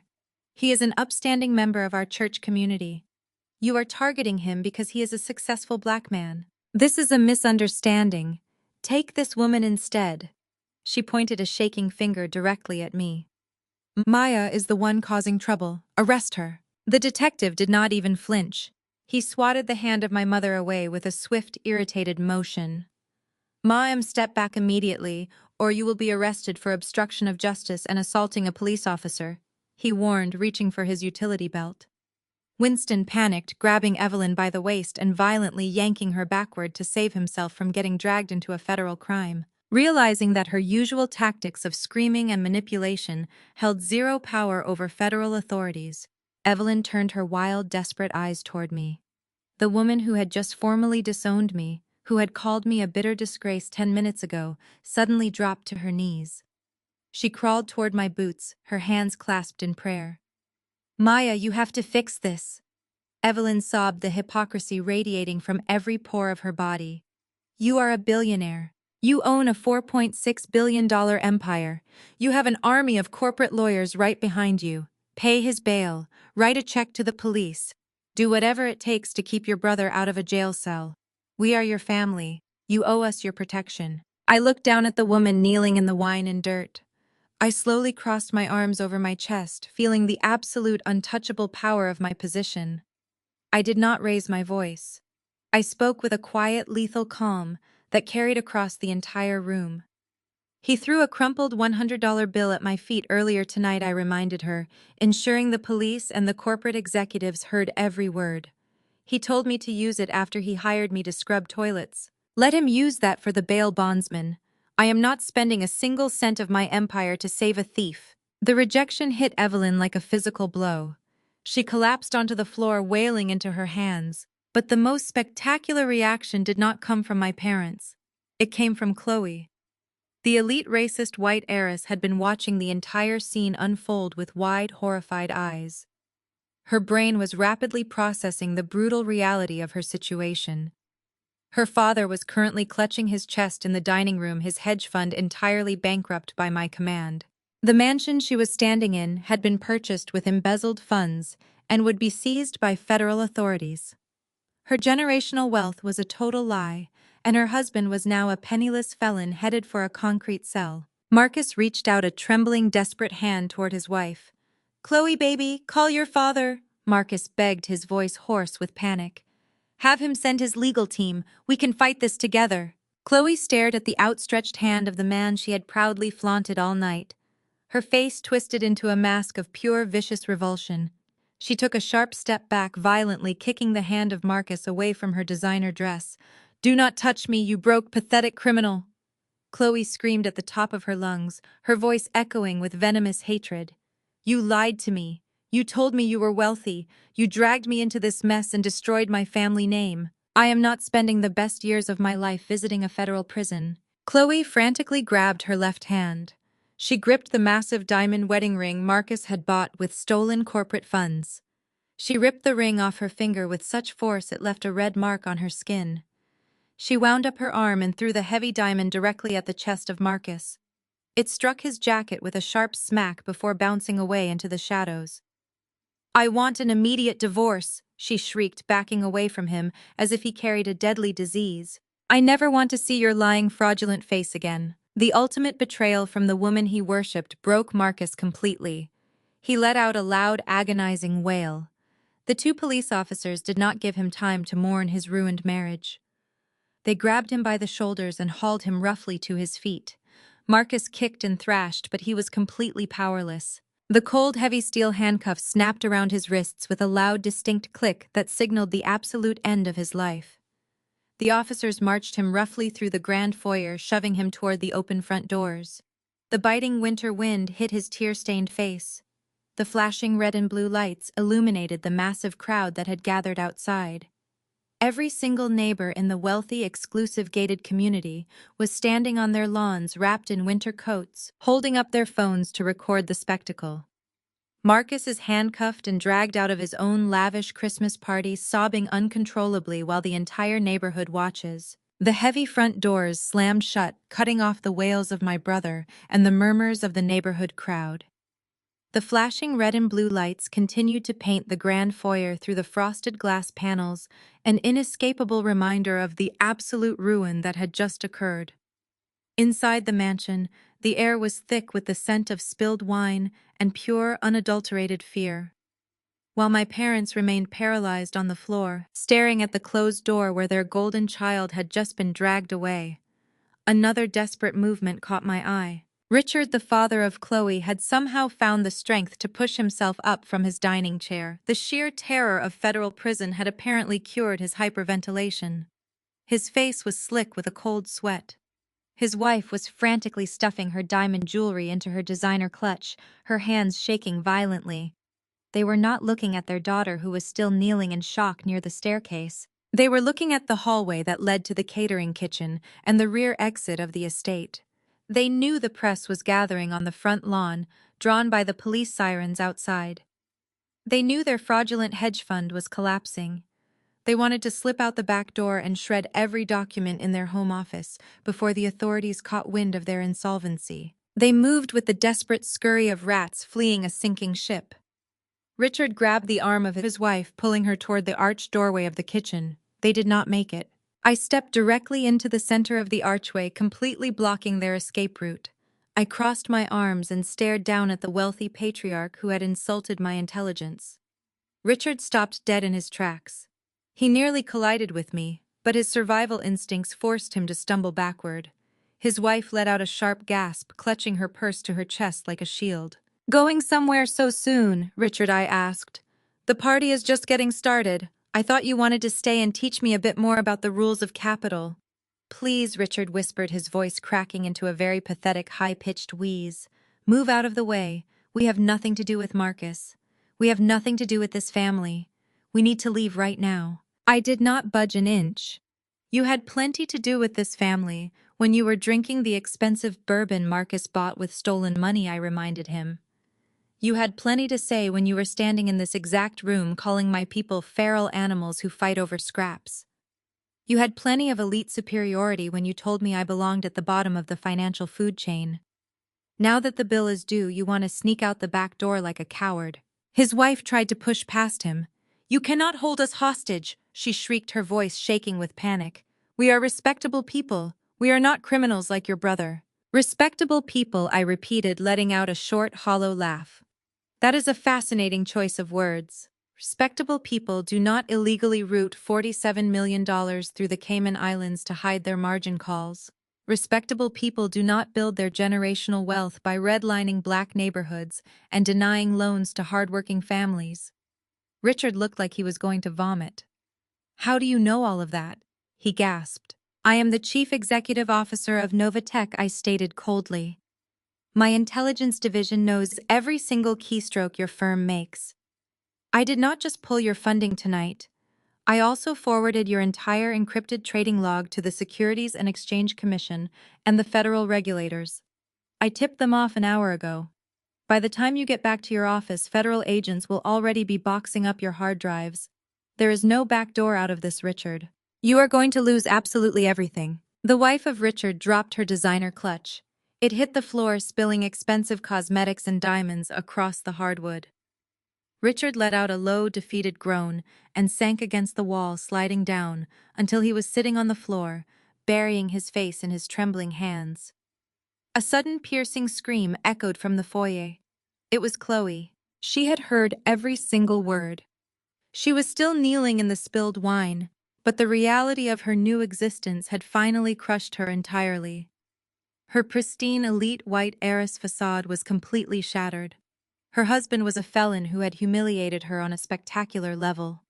Her powerful father was a bankrupt fraud waiting to be indicted by the federal government. Her old money inheritance was a total illusion. Chloe collapsed forward, slamming her hands against the marble floor. She broke down into hysterical, ugly sobs. Her chest heaved violently as she gasped for air. She looked up at me, her designer makeup running down her face in dark, muddy streaks. She realized in that exact moment that she was now significantly worse off than the poor black girl she had mocked, degraded, and thrown an apron at all night. I was a billionaire apex predator. She was nothing but the penniless wife of a disgraced embezzler crying in the dirt. The sound of her absolute destruction echoed through the grand mansion. The extended family, the aunts, uncles, and cousins who had happily participated in my abuse, stood frozen against the walls. They had just witnessed total annihilation. They had seen the golden child dragged away in handcuffs, and the elite in-laws reduced to weeping cowards. They had seen me, the discarded scapegoat, wield absolute power. Survival instincts are powerful. Silently, the aunts and uncles began to take deliberate steps backward. They physically withdrew their support, leaving Evelyn and Winston completely isolated and trapped in the dead center of the cold marble floor. The silence in the grand foyer was absolute, heavy with the suffocating weight of ruined reputations and shattered egos. Evelyn and Winston stood frozen in the dead center of the cold marble floor, completely isolated. The extended family, the same aunts and uncles who had spent the last 2 hours drinking expensive champagne and laughing at my expense, had physically backed away. They pressed themselves against the walls, creating a wide, undeniable circle of judgment around my parents. They were treating Evelyn and Winston like they carried a highly contagious disease. Nobody wanted to be associated with the parents of a convicted embezzler. Nobody wanted to draw the attention of a billionaire CEO who had just orchestrated the most ruthless financial execution they had ever witnessed. Winston turned in a slow, erratic circle. His eyes darted toward the massive front windows. The flashing red and blue lights of the police cruisers were fading into the dark winter night, carrying his golden child away to a concrete cell. Marcus was gone. The son they had worshipped, the son they had elevated to the status of a king, was a penniless felon. Winston looked toward the arched doorway of the kitchen. Richard and his wife had successfully fled, completely abandoning their own daughter. Chloe remained a crumpled, sobbing heap of ruined designer fabric on the floor, mourning the absolute destruction of her fake old money empire. Evelyn looked at the faces of her peers. She saw the prominent members of her church congregation, the wealthy couples from their exclusive country club, and the community leaders she had spent decades trying to impress. They were not looking at her with envy anymore. They were looking at her with naked, unfiltered disgust. The carefully curated facade of their perfect, successful family had been violently ripped away. Tomorrow morning, the entire city would know that Evelyn and Winston had raised a fraud. They would know that the lavish lifestyle they flaunted was funded by stolen corporate capital. Panic, raw and suffocating, finally broke through the shock paralyzing my mother. She looked around the grand foyer, her eyes landing on the elite corporate auditors who were already moving systematically through the mansion. The auditors were speaking quietly into digital recorders, snapping photographs of the expensive artwork, the imported furniture, and the crystal chandeliers. They were officially cataloging the assets that Novatech and Vertex Solutions would seize to recover the $2 million Marcus had stolen. "Wait!" Evelyn shrieked, her voice cracking with sudden hysterical terror. She lunged toward one of the auditors who was placing a bright red tag on a priceless antique vase. "You cannot take that. You cannot take this house. This does not belong to Marcus." The auditor did not even pause his work. He simply stepped around her, his face devoid of any emotion. "All assets purchased with embezzled corporate funds are subject to immediate seizure, ma'am," he stated coldly. "But we paid for it!" Evelyn screamed, the devastating, humiliating truth finally bursting out of her chest. She grabbed her own hair, her perfectly styled curls coming undone in her frenzy. "Winston and I paid for the down payment on this mega mansion. We gave him the money." Winston let out a miserable, broken groan, burying his face in his shaking hands as his deepest, most shameful secret was exposed to the entire room. I stood perfectly still, watching my mother unravel. I tilted my head, studying her desperate, frantic face. "You paid for it!" I asked, my voice cutting through her hysteria with surgical precision. Marcus was making $654,000 a year, and he still needed his parents to secure his mortgage. Evelyn fell to her knees, the absolute reality of her catastrophic financial decision crushing the last remaining breath out of her lungs. "We sold our home." Evelyn wailed, tears of pure devastation streaming down her cheeks. "We sold our beautiful, fully paid-off four-bedroom retirement home in the historic district. We liquidated our entire life savings. We cashed out the pension. We gave every single penny we had to Marcus so he could secure the mortgage on this estate. He told us he needed a home large enough to impress Chloe and her wealthy white family. He promised he would pay us back as soon as his annual bonus cleared. He promised we could live in the guest wing forever." The sheer magnitude of their foolishness echoed through the silent room. They had sold their own security, their own peace of mind, just to fund the arrogant, racist delusions of a son who was stealing from his own company anyway. And now the company is seizing the property I stated, outlining the brutal, undeniable fact. Which means you have absolutely no equity. You have no savings. You have no pension. You have no home to return to tonight. You are completely destitute. Winston dropped to his knees right beside his wife. The proud, arrogant patriarch who had ordered me to scrub the floor was now a broken, homeless man. The crushing weight of poverty, the exact same poverty they had mocked me for all evening, had just become their permanent reality. The transition from pride to sheer, unadulterated desperation happened in a fraction of a second. Evelyn looked up from the marble floor. She looked past the auditors, past the fleeing in-laws, past the judging relatives. She looked directly at me. She saw the heavy logo, less titanium black card I had used earlier. She saw the bespoke corporate lawyers standing at attention behind me. She realized that the daughter she had just disowned was the only life raft left in a terrifying, bottomless ocean of poverty. "Maya," Evelyn gasped, her voice dropping into a hoarse, pathetic whisper. She dragged herself across the spilled wine and shattered glass. Winston followed her. My own parents were literally crawling across the floor toward my boots, perfectly mirroring the exact degradation they had demanded from me an hour ago. They reached out their trembling hands, hovering just inches from the hem of my coat. I took one deliberate step backward, ensuring they could not touch me. "You have billions," Maya Evelyn begged, looking up at me with wild, pleading eyes. "You own half the real estate in this city. You have luxury high-rises. You have empty condos. You can save us. Please, Maya, you can put us in one of your buildings. We are your parents. We made a terrible mistake. We were blinded by Marcus, but we are still your blood. You are our only hope. Do not leave us on the street." Winston openly wept, tears dripping off his chin onto the cold marble. "Please, Maya, we have absolutely nothing. Just give us a place to sleep. We are begging you." I looked down at the two people who had created me. I looked at the faces that had scowled at me, mocked me, and discarded me when they thought I was a broken, useless dropout. I felt no anger. I felt no obligation.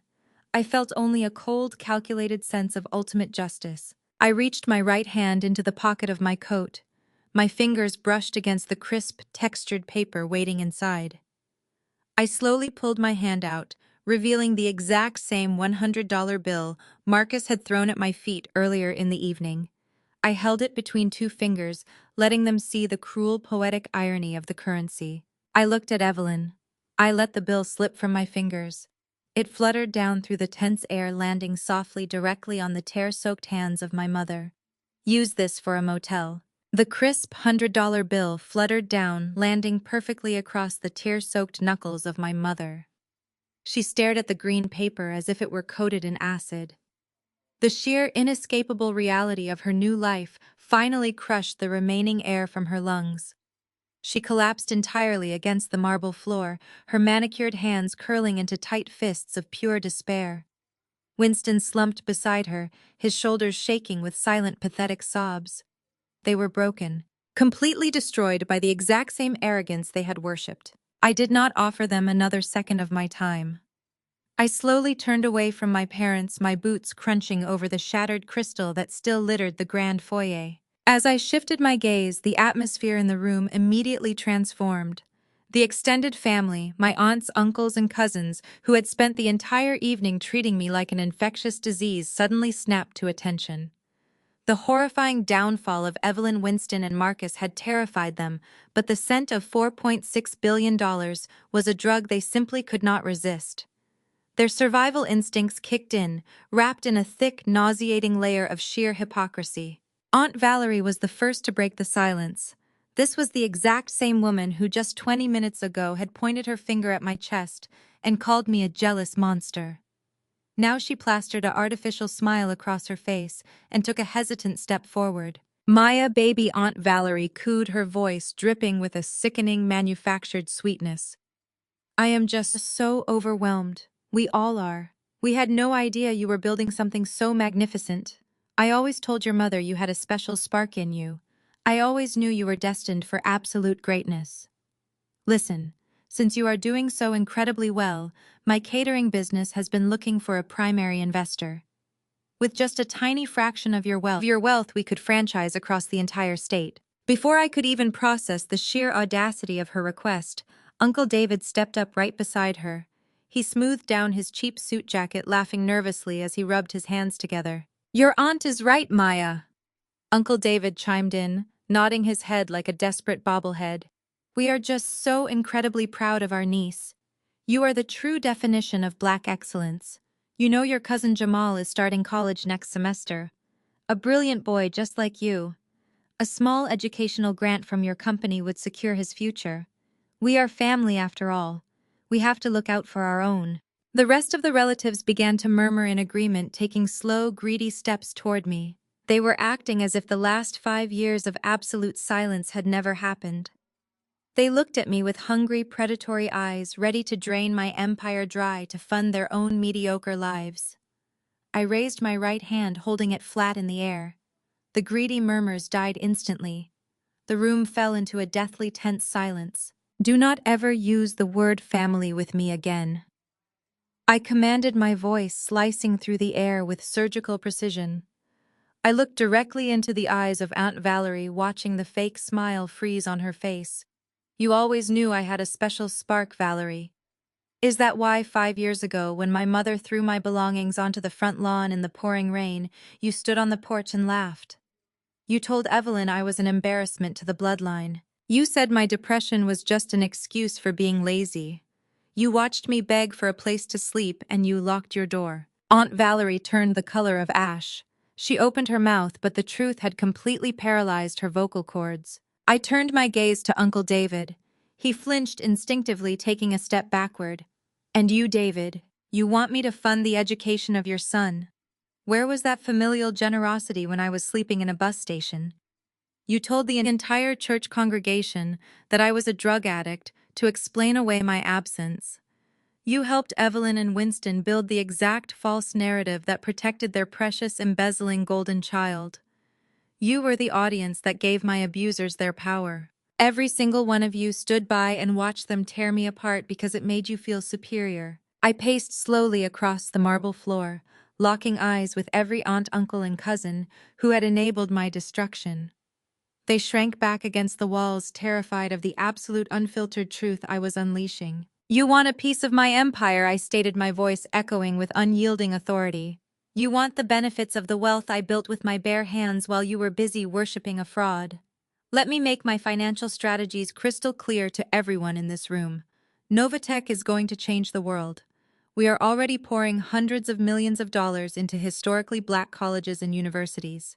We are funding tuition-free STEM academies for brilliant Black youth who actually want to work hard. We are providing massive grants to genuine entrepreneurs who are grinding in the shadows just like I did. I am going to uplift our entire community and create real, unbreakable generational wealth. I stopped pacing and stood still, letting the absolute weight of my power settle over them. But hear me right now, I declared, my eyes burning with a cold, relentless fire. Not a single solitary penny of my $4.6 billion will ever touch the hands of anyone in this room. You will get absolutely nothing from me. You will watch me build an empire on the global stage, and you will know that you threw away your only chance to be a part of it because you chose to protect a liar instead of loving a daughter. You are all financially and emotionally dead to me." The relatives stood in stunned, breathless silence. The brutal, devastating reality of my words crushed whatever pathetic hopes they had harbored. They had bet their entire social standing on Marcus and they had lost everything. They were permanently locked out of the greatest success story this family would ever see. The power dynamic had shifted permanently, and there was no coming back from it. From the shadows of the arched hallway leading to the kitchen, a figure stepped forward, breaking the heavy, suffocating tension. It was the head catering manager, the same man who had processed my titanium black card earlier in the evening. He walked with perfect silent posture, his eyes fixed respectfully on me. He bypassed the weeping forms of Evelyn and Winston. He ignored the terrified, greedy relatives. He walked straight toward me carrying a polished silver tray in his hands. Resting perfectly in the center of the tray was a single flawless crystal glass filled to the brim with premium vintage champagne, its golden bubbles rising to the surface in a mesmerizing dance. The manager did not speak a single word, but his reverent posture communicated everything. He was offering a toast to the undisputed ruler of the room. I reached out and let my fingers wrap around the slender crystal stem of the flute. The chilled glass felt remarkably grounding against my skin. I lifted it smoothly from the polished silver tray, giving the catering manager a single acknowledging nod. He stepped backward immediately, melting seamlessly into the dark shadows of the arched hallway, leaving me standing entirely alone at the absolute pinnacle of the empire I had just ruthlessly reclaimed. The silence in the grand foyer was suffocating, deafening in its massive intensity. It was broken only by the pathetic, rhythmic, wet sounds of my mother and father weeping on the cold marble floor. Their muffled sobs echoed pitifully off the vaulted ceilings, creating a miserable soundtrack to the total collapse of their manufactured dynasty. I looked down at the pale gold liquid catching the brilliant light of the crystal chandeliers overhead. For 29 grueling years, I had stood in rooms exactly like this one, forced into the corners, watching my toxic family raise their expensive glasses to celebrate every minor fabricated achievement of my brother. I had watched them eagerly toast to his fake promotions, to his stolen luxury cars, and to his counterfeit social climbing. They had clinked their glasses together and drank greedily to my supposed failures, weaponizing their collective joy to ensure I felt completely and utterly worthless. Now, the power dynamic was irreversibly reversed, and they were the ones drowning in the dirt. I raised the crystal flute high into the heavy, tense air. I did not look down at my parents groveling in the spilled red wine. I did not look at the terrified aunts, uncles, and cousins cowering defensively against the expensive floral wallpaper. I looked straight ahead, addressing the void, speaking directly to the universe that had watched me claw my way out of the darkest abyss.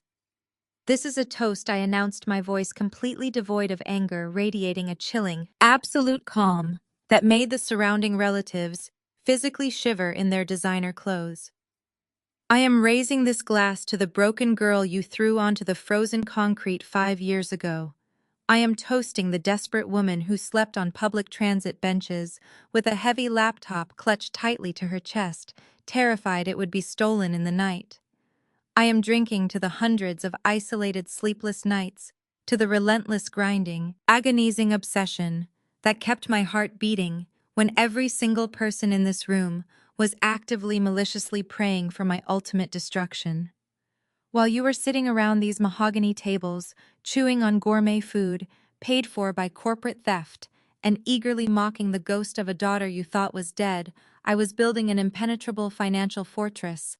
You laughed at my clinical depression, you ridiculed my daily struggles. Yao built an entire twisted religion around the idea that I was the ultimate scapegoat of this bloodline.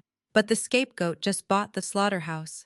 I looked around the room one final time, letting my eyes sweep slowly over the broken, weeping forms of the people who shared my DNA. "I am toasting to sheer, unadulterated resilience," I declared softly. "I am toasting to the undeniable, beautiful fact that you tried to bury a seed deep in the mud without ever realizing you were planting a massive forest." I survived your relentless abuse, and I weaponized it into a $4.6 billion syndicate. I brought the delicate crystal rim to my lips. I took a slow, deliberate sip.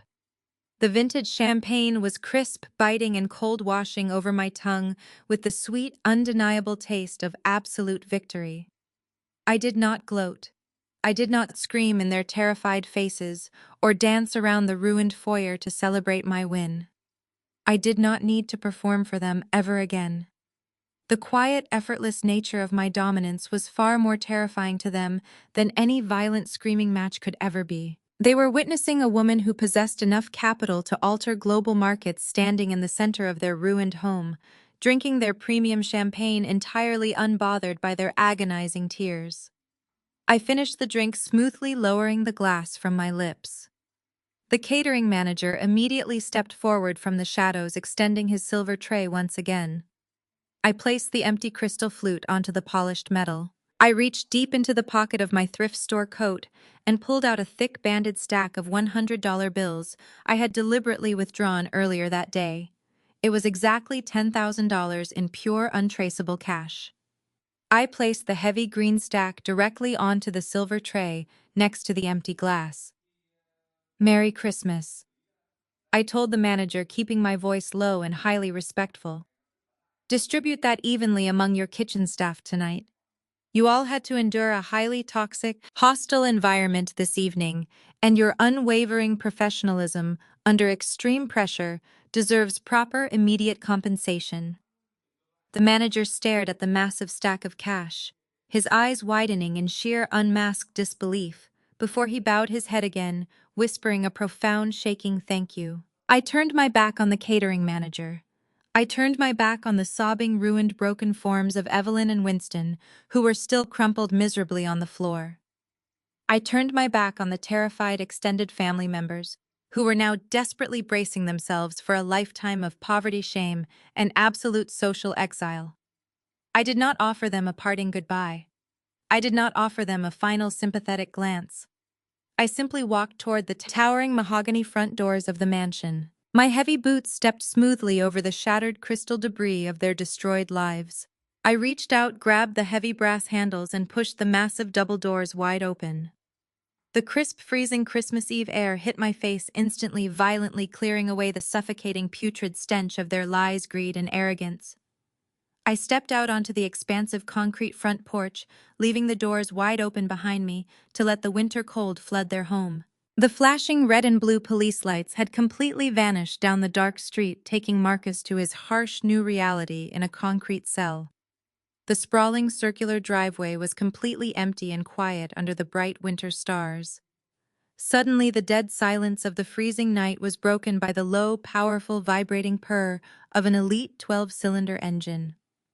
From the dark shadows of the private access road, a massive custom-built, fully bulletproof Mercedes Maybach glided silently up the driveway. Its sleek, pitch-black exterior perfectly reflected the security lights like a stealth predator arriving to safely retrieve its master. The massive luxury vehicle rolled to a smooth, flawless stop directly at the base of the porch stairs, waiting to carry me back to the empire I had built. The chauffeur, a sharply dressed professional named Elias, stepped out and pulled open the heavy rear door of the vehicle. I did not hesitate. I stepped into the luxurious back seat of the Maybach, sinking into the plush, pristine white leather. The interior was a sanctuary of quiet wealth, illuminated by soft ambient lighting and smelling faintly of expensive cedar and success. I settled into the seat and gave Elias a brief nod. He closed the door. The heavy, satisfying thud of the armored door shutting sealed me inside instantly and entirely, cutting off the frantic, pathetic wailing of my parents from the front porch. 1 second, the freezing air was filled with the frantic begging of Evelyn and the broken sobs of Winston. The next second, there was nothing but absolute, impenetrable silence. The world outside the bulletproof glass became a muted television screen playing a tragedy that no longer concerned me. Elias smoothly engaged the engine, and the Maybach began to glide effortlessly down the sprawling driveway. I did not look back at the grand foyer where I had just orchestrated the most surgical financial execution of the decade. Instead, I looked out the deeply tinted side window, watching the manicured lawns and towering gates of the exclusive neighborhood roll past. I waited for the familiar burning knot of anger to twist in my stomach. I waited for the bitter resentment that had fueled my 80-hour work weeks and sleepless nights to rise up and choke me. For 5 brutal years, the memory of my parents throwing me out into the winter snow had been the fire driving my entire existence. I had expected to feel a raging inferno of vindictive joy after watching them lose everything. But as the car pulled away, leaving the wreckage of my bloodline far behind in the rearview mirror, I realized the fire was gone. I did not feel anger anymore. I did not feel hatred or bitterness, or even pity for the people who had abused me. I felt a profound, beautiful, cleansing emptiness. It was the sensation of a massive, suffocating weight being permanently lifted from my chest. The ghosts of my childhood, the lingering shadows of the frightened, depressed little girl who was constantly told she would never be good enough, had finally been completely exorcised. My parents had spent 29 years trying to convince me that I was a flawed, inadequate imitation of my golden child brother. Tonight, I had not just proven them wrong. I had completely eradicated their entire warped reality. I was free. I was whole. I no longer needed their validation, and their rejection meant absolutely nothing to a woman who owned the world. The smooth, quiet ride was suddenly interrupted by a crisp, pleasant chime echoing through the luxurious cabin. The sound came from my encrypted work tablet, which Elias had prepared and placed securely on the fold-out walnut console in front of me. I tapped the high-definition screen, bringing up my secure executive email server. A message marked with a high-priority red tag sat at the top of my inbox. It was from David, my lead architectural contractor and the head of my philanthropic development division. I opened the message and found a series of high-resolution aerial drone photographs attached. The images displayed the plot of land where the house of my grandmother had stood just 24 hours ago. The demolition was flawlessly executed. The dilapidated, debt-ridden structure that Marcus had desperately tried to leverage for his luxury yacht was completely gone. In its place was a perfectly leveled, freshly graded plot of dark earth cleared of all debris and ready for immediate construction. The text of the email confirmed the successful operation. Madam CEO, the site has been fully secured and prepped, David wrote. All municipal permits are cleared. The groundbreaking ceremony for the new Novatech STEM Academy is officially scheduled for next Thursday at 9 in the morning. We are ready to begin pouring the foundation for the main robotics laboratory. I zoomed in on the pristine plot of land, a genuine smile spreading across my face. This was what real legacy looked like. My parents and my brother chased empty status symbols, buying mega mansions they could not afford and begging for the approval of racist old money elites. They hoarded their fake wealth and looked down on the very communities they came from. I was taking the exact opposite approach. The new academy was going to be a state-of-the-art, multi-million-dollar educational fortress. It would provide full-ride scholarships, advanced coding boot camps, and top-tier engineering mentorships to 500 brilliant black kids from underserved neighborhoods. I was going to use my $4.6 billion empire to build a pipeline of genuine, unbreakable black excellence. I was going to uplift the next generation of innovators, ensuring they never had to beg for a seat at tables controlled by people like Chloe and her corrupt, bankrupt father. I quickly typed a response to David authorizing the immediate release of the initial $40 million construction budget. Just as I hit send, the screen of my personal smartphone resting on the leather seat beside me lit up brightly in the dim cabin. The device vibrated with a sudden, urgent intensity. I picked it up, expecting a message from my legal team confirming the complete asset freeze of my brother. Instead, a breaking news alert from one of the most prominent global financial networks flashed boldly across the lock screen. The notification banner glowed with a headline that would undoubtedly send shockwaves through Wall Street, Silicon Valley, and every elite country club in the nation by sunrise. I read the words slowly, letting the absolute magnitude of the public fallout wash over me. Vertex Solutions CEO arrested for fraud. Novatech withdraws £500 buyout in shocking Christmas Eve scandal. I stared at the glowing screen of my smartphone as the Maybach glided smoothly down the interstate. The bold letters of the headline illuminated the dark, quiet cabin of the luxury vehicle. The digital ink was barely dry, yet the news was already tearing through the global financial markets like a localized hurricane. I placed the phone face down on the leather seat and tapped the flashing icon on my encrypted tablet. My chief of staff, Nia, was calling on the secure executive line. The connection engaged with a crisp beep. "Good evening, Madam CEO," Nia said, her voice radiating pure, unfiltered professional satisfaction. "I trust your undercover holiday mission was successfully concluded." "It was highly educational, Nia," I replied, watching the city lights blur past the tinted window. "Give me the current situation on the ground." "The financial world is in an absolute uproar," Nia reported, the sound of rapid keyboard clicking echoing faintly in the background. "Wall Street is reeling. Every major business network is running the story as their lead holiday broadcast.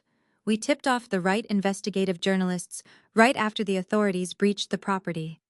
The mugshot of your brother is already circulating on every top-tier executive blog and financial forum on the internet. He is wearing a ruined, wine-stained suit and crying like a child. The internet is completely tearing him apart." I leaned back against the plush headrest. Marcus had spent his entire adult life curating an image of untouchable black excellence. He had demanded worship from our parents and unquestioning obedience from his peers. Now his permanent digital footprint was a high-resolution photograph of a sobbing, disgraced embezzler facing decades in federal prison. The golden child had finally been stripped of his gold plating, revealing nothing but cheap, rotting brass underneath. "And what is the status of our elite in-laws?" I asked, keeping my tone perfectly measured. "Total and absolute destruction," Naya stated without a single ounce of pity. "Richard officially filed for Chapter 11 bankruptcy protection exactly 12 minutes ago. When you pulled our primary backing, it triggered an immediate catastrophic cascade. His other investors caught wind of the insolvency and panicked. They initiated a massive run on his fund. The federal regulators are currently seizing his physical servers. The ripple effect across their network is absolute. Chloe and her family have lost access to all their offshore accounts. Their credit lines are frozen. The generational wealth they bragged about has officially evaporated into thin air." I looked out at the glittering skyline of the city. Chloe had thrown a stained catering apron at my chest. Her mother had called me a feral animal. They believed their white privilege and stolen money made them untouchable deities. They assumed they could mock a poor black woman without facing any consequences. They did not understand that I possessed the capital to rewrite their entire reality. They were currently sitting in the ruins of a foreclosed mansion, surrounded by shattered glass and empty bank accounts. "Let us finalize our position," I instructed Nia. "Send me the draft of the press release." A document instantly materialized on my tablet screen. I read through the text carefully. It was a surgical, deeply calculated public relations masterpiece. The release officially stated that Novatech was immediately withdrawing from all acquisition negotiations with Vertex Solutions. It explicitly cited the discovery of severe financial misconduct and corporate fraud committed by the chief executive officer of Vertex. It firmly distanced my $4.6 billion empire from the criminal activities of my estranged brother. Furthermore, the statement highlighted the unwavering commitment of Novatech to ethical business practices, transparency, and the genuine uplift of minority entrepreneurs who build their businesses with integrity, not theft. "It is flawless, Nia," I said, tapping the digital approval signature at the bottom of the screen. "Release it to all major syndicates immediately. Let the markets know that Novatech cuts out corruption the second we detect it. We do not protect thieves regardless of who they are." "Consider it done," Madam CEO, Nia replied. "Enjoy the rest of your Christmas Eve. You have certainly earned a peaceful night." The secure line disconnected. The interior of the Maybach returned to its peaceful, insulated silence. I closed the tablet and rested my hands in my lap. The execution was complete. The company was protected. The abusers were neutralized. Suddenly, my personal smartphone vibrated against the leather seat. I picked it up and looked at the screen. It was a voicemail notification. The caller identification displayed the name of my father. Winston had somehow managed to bypass the initial security filters on my personal device. He had left a desperate, rambling audio message. I did not feel any anxiety or fear. I pressed play, curious to hear the final pathetic death rattle of the man who had ordered me out of his life. The audio crackled to life. "Maya! Maya! Please pick up the phone!" Winston begged, his voice, high-pitched, breathless, and completely stripped of all its former arrogant authority. "You have to answer me. Please, baby, you have to talk to your father. Evelyn is out of her mind. The police took Marcus. The bank is taking the house. We have nowhere to go. Please, I know we said terrible things tonight. I know your mother was out of line, but I will make her apologize to you. I swear to God, Maya, I will force Evelyn to get on her hands and knees and beg for your forgiveness. Just do not leave us on the street. You have billions. You can save us. Please pick up the phone." The message ended with a pathetic, gasping sob. I stared at the glowing screen. Winston was willing to throw his own wife under the bus to save his own skin. He was willing to force Evelyn to crawl just like they had forced me to crawl for 29 years. There was no accountability. There was no genuine love. There was only a desperate, starving parasite begging for a new host to feed on. I did not feel a single drop of sympathy. I felt nothing but a cool, refreshing clarity. I tapped the screen of my phone. I selected the contact profile for Winston. I pressed the red button labeled Block Caller. A confirmation prompt appeared asking if I was sure I wanted to permanently restrict this contact. I pressed Confirm. I deleted the voicemail. I tossed the phone back onto the leather seat. The silence that followed was the sweetest sound I had ever heard. Elias navigated the Maybach off the bustling interstate, guiding the heavy armored vehicle toward the most exclusive zip code in the entire city. The chaotic, flashing red and blue lights of my past were replaced by the sleek, quiet street lamps of the financial district. We pulled into the subterranean parking cavern of the ultra-luxury residential high-rise that I owned entirely. The massive steel security gates rolled open automatically as the vehicle approached, granting us access to the private lower levels reserved strictly for the building owner. Elias parked the Maybach in my designated bay, coming around to open my door before I even had to reach for the handle. I stepped out onto the polished concrete, breathing in the climate-controlled air of the secure garage. I walked toward the private biometric elevator, hidden in the back corner of the facility. There were no keypads or keyholes. A retinal scanner projected a soft blue light across my face, instantly verifying my identity. The heavy steel doors glided silently apart. I stepped into the glass-walled elevator car, and it immediately began its rapid, seamless ascent. I watched through the transparent floor as the concrete garage fell away, replaced by the glittering, sweeping views of the city as I shot upward. I was leaving the dirt, the betrayal, and the toxic gravitational pull of my bloodline far behind. I was ascending 85 floors into the sky, returning to the true pinnacle of the empire I had forged. When the elevator chimed its arrival at the penthouse level, I braced myself for the quiet, echoing solitude that usually accompanied my late nights at work. But as the steel doors slid apart, opening directly into my sprawling multi-level residence, I was not greeted by emptiness. I was hit by a massive, glorious wave of pure, unfiltered warmth. The air was rich and heavy with the incredible, undeniable aroma of real, authentic soul food. It did not smell like the tiny, tasteless, pretentious caviar toasts Marcus had forced his guests to eat. It smelled like slow-baked macaroni and cheese, deeply seasoned collard greens, smoked brisket, and honey-glazed yams. The scent was a physical embrace, wrapping around my shoulders and pulling me into the room. Over the delicious aroma, the smooth, soulful bass line of a classic Anita Baker track pumped through the high-fidelity sound system, filling the massive architectural space with an unapologetic, joyful rhythm. I stepped out of the elevator and took in the breathtaking sight of my actual home.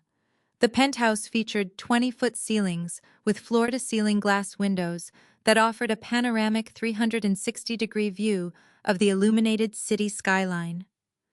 A floating glass staircase led to the upper lofts, and a massive stone fireplace anchored the center of the main living area. But the most beautiful part of the penthouse was not the luxury architecture or the priceless skyline view. It was the people filling the room. My home was packed with a lively, vibrant gathering of the most important people in my life. These were not the fake status-obsessed social climbers my parents had invited to their Christmas Eve disaster. These were not elite racist hedge fund managers or bitter jealous relatives looking for a handout. This was my chosen family. This was my true support system. I saw Simone, my brilliant chief technology officer, standing by the marble kitchen island, throwing her head back in a loud, genuine laugh that echoed over the music. Simone had been with me since the very beginning. She was the one who had stayed awake for 72 hours straight in a cramped, unheated garage, helping me code the initial predictive algorithm that launched Nova Tech into the stratosphere. I saw Mr. Henderson, the retired public librarian, who used to secretly leave the back doors of the city library unlocked for me 5 years ago. When my parents threw me out onto the freezing streets, Mr. Henderson had pretended not to notice when I slept under the computer desks. He had brought me hot coffee and sandwiches, completely unaware that he was funding the survival of a future billionaire. Now he sat comfortably on my custom leather sofa holding a plate stacked high with food, surrounded by my top executives who were treating him like absolute royalty. I saw my brilliant, relentless team of software engineers, financial analysts, and project managers. They were dressed in sweatpants, oversized hoodies, and comfortable sneakers. They were multimillionaires in their own right, holding massive equity in our company, but they felt absolutely no need to wear bespoke suits or flash designer labels to prove their worth. They were secure in their brilliance. They were the embodiment of true, undeniable Black excellence, built on intellect, loyalty, and mutual respect rather than the fraudulent, debt-ridden posturing of my brother. The atmosphere in the room was electric. It was filled with genuine love, profound respect, and an overwhelming sense of Black joy. There was no anxiety about keeping up appearances. There were no whispered microaggressions about class differences or knowing your place. Everyone in this room had fought their way up from the bottom, lifting each other as they climbed. They did not tear each other down for scraps. They built a massive, unbreakable table and made sure everyone had a seat. I stood by the elevator doors, taking off my thrift store coat, completely overwhelmed by the beautiful, striking contrast between the nightmare I had just escaped and the paradise I had built. I had spent the last 3 hours suffocating in a room full of people who shared my DNA, but actively wanted to see me destroyed. Now I was standing in a room full of people who shared absolutely no blood with me, yet would gladly walk through fire to see me succeed. As I walked down the short entryway hall and into the main living space, the crowd began to notice me. The laughter grew louder. People raised their glasses in my direction, offering warm, authentic smiles and nods of deep respect. There was no groveling. There was no fake sycophantic bowing. Just real earned admiration among equals. From the center of the kitchen, my best friend and co-founder Nia spotted me.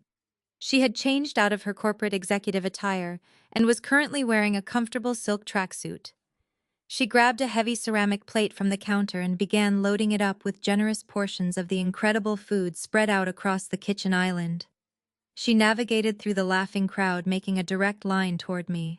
Nia stopped right in front of me, her eyes scanning my face to ensure I was truly unharmed by the psychological warfare I had just endured. Seeing the absolute peace and clarity in my posture, a wide, knowing grin spread across her face. She held out the heavy, steaming plate of real home-cooked food, offering me the physical nourishment and comfort my soul had been craving all night. "How did the undercover mission go, Madam CEO?" I took the plate from Nia, letting the heat seep into my hands. "The mission was an absolute success," I said, a genuine, radiant smile breaking across my face. "The target has been permanently neutralized, the fraudulent acquisition is officially cancelled, and the hostile assets have been formally seized by our corporate attorneys." A triumphant cheer erupted. Simone raised her sparkling cider high, and the engineering team quickly followed suit. I walked over to the massive custom dining table, pulling out a chair right next to Mr. Henderson. I set my plate down and finally took my first real bite of food for the night. The rich brisket melted in my mouth, washing away the bitter taste of the champagne I had sipped in that cold foyer just hours ago. "Give us the exact details," Maya Nia urged, pulling up a leather stool directly across from me. Did Marcus actually try to make you pay for the catering bill? He tried to make me pay under the arrogant assumption I would have to use a fake payday loan to cover the cost. I laughed loudly. I dropped the solid titanium black card right on the manager. You should have seen the color drain out of the face of my brother. It was like watching a ghost suddenly realize it was already dead. I recounted the evening not with the shaky voice of a victim, but with the sharp cadence of a general debriefing, a victorious battle. There were no tears shed over my parents disowning me. There was no heavy emotional trauma dumping. I simply laid out the tactical maneuvers. I told them about Chloe deliberately spilling the red wine and how her racist, elitist father nearly went into cardiac arrest when I exposed his highly illegal offshore block trades. I described the exact moment Harrison Sterling marched through the front doors, completely bypassing Marcus to bow respectfully to me. My team roared with joyous laughter. They slapped the mahogany table, reveling in the absolute destruction of the people who had tried to crush me. Mr. Henderson took a slow sip of his sweet tea, his kind, observant eyes studying my face. He had watched me code on a shattered screen 5 years ago, offering me silent dignity when I had absolutely nothing. Now he sat in my multi-million-dollar penthouse, offering me profound wisdom. "You know, Maya," Mr. Henderson said, his deep, resonant voice cutting clearly through the joyful noise of the room. "You are looking at this as a deeply personal victory. And it certainly is. You stood up to the people who abused you. But you need to recognize the massive corporate bullet you just dodged." I paused, setting my silver fork down on the ceramic plate. "What do you mean, Mr. Henderson?" Marcus was aggressively pushing Vertex Solutions toward a rapid acquisition by Novatech. He explained, leaning forward and resting his hands on the table. He was actively cooking the books to the tune of $2 million. "If you had not gone in there tonight, if you had just let your corporate lawyers handle the acquisition blindly, Novatech might have absorbed a company riddled with federal fraud. You did not just destroy a toxic family dynamic tonight. You performed the ultimate executive due diligence. You protected your own empire from a disastrous manipulated acquisition that could have easily triggered a massive federal investigation into your own pristine holdings." Nia nodded vigorously in agreement. "He is absolutely right, Maya. Marcus thought he was trapping Novatech into buying his failing, fraudulent leadership. You went undercover and surgically extracted the cancer before it could infect our immaculate balance sheets." I leaned back in my chair, letting the profound truth of those words settle deeply into my mind. I looked around the room at the brilliant, loyal people who had helped me build this fortress. For so long I had viewed my vast wealth as a weapon to use against my parents. I thought the billions of dollars would finally force them to respect me. I thought that by proving I was richer and more powerful than Marcus, I could finally extract a genuine apology from Evelyn and Winston. But sitting here, surrounded by genuine black joy and unwavering support, I realized that the wealth was merely a tool. It was just capital. The true, undeniable sweet revenge was not bankrupting Marcus. It was not seizing the mega mansion or exposing the fake old money of Chloe to the federal authorities. The ultimate victory was sitting in my own spectacular home and realizing I simply did not care about the validation of my parents anymore. I did not need Evelyn to call me her beautiful daughter. I did not need Winston to be proud of my business. Their approval was completely worthless to me now. I had spent 29 years starving for their affection, and tonight I had finally realized their cupboard was completely bare. I was already full. I had fed myself. The heavy, invisible chains of the scapegoat syndrome simply dissolved into the air. I was no longer the broken girl crying on the front lawn. I was a sovereign entity who commanded her own destiny. The lively celebration continued deep into the peaceful night. The music played, the delicious food was passed around, and the warm laughter echoed off the high glass windows. Slowly, as the hours ticked by, my team began to settle down. Some fell asleep on the massive sectional sofas wrapped in warm blankets.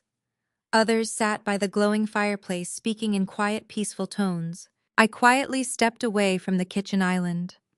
I walked over to the coffee station and poured myself a fresh, steaming cup of dark roast. I moved silently across the hardwood floor toward the massive sliding glass doors that led to the wrap-around terrace. I pushed the heavy glass door open and stepped outside. Maya walks out onto the balcony of her penthouse, looking down at the glittering city below, holding a cup of coffee, feeling the crisp morning air of Christmas Day. The heavy sliding glass door clicked shut behind me, sealing the joyful sounds of my chosen family inside the warmth of the penthouse. The crisp, biting air of Christmas morning instantly hit my face, carrying the sharp, clean scent of winter and the faint, distant hum of the sleeping city. I walked over to the edge of the expansive glass balcony, gripping the warm ceramic mug of dark roast coffee in my hands. I looked out over the glittering, sprawling skyline, watching as the deep, inky blackness of the night sky slowly began to surrender to the very first streaks of dawn. A brilliant ribbon of burnt orange and deep violet cracked across the horizon. The sun was illuminating the towering glass skyscrapers and the quiet streets far below. I took a slow, deep breath, filling my lungs with the freezing air, and for the first time in my entire existence, I felt absolutely no weight on my chest.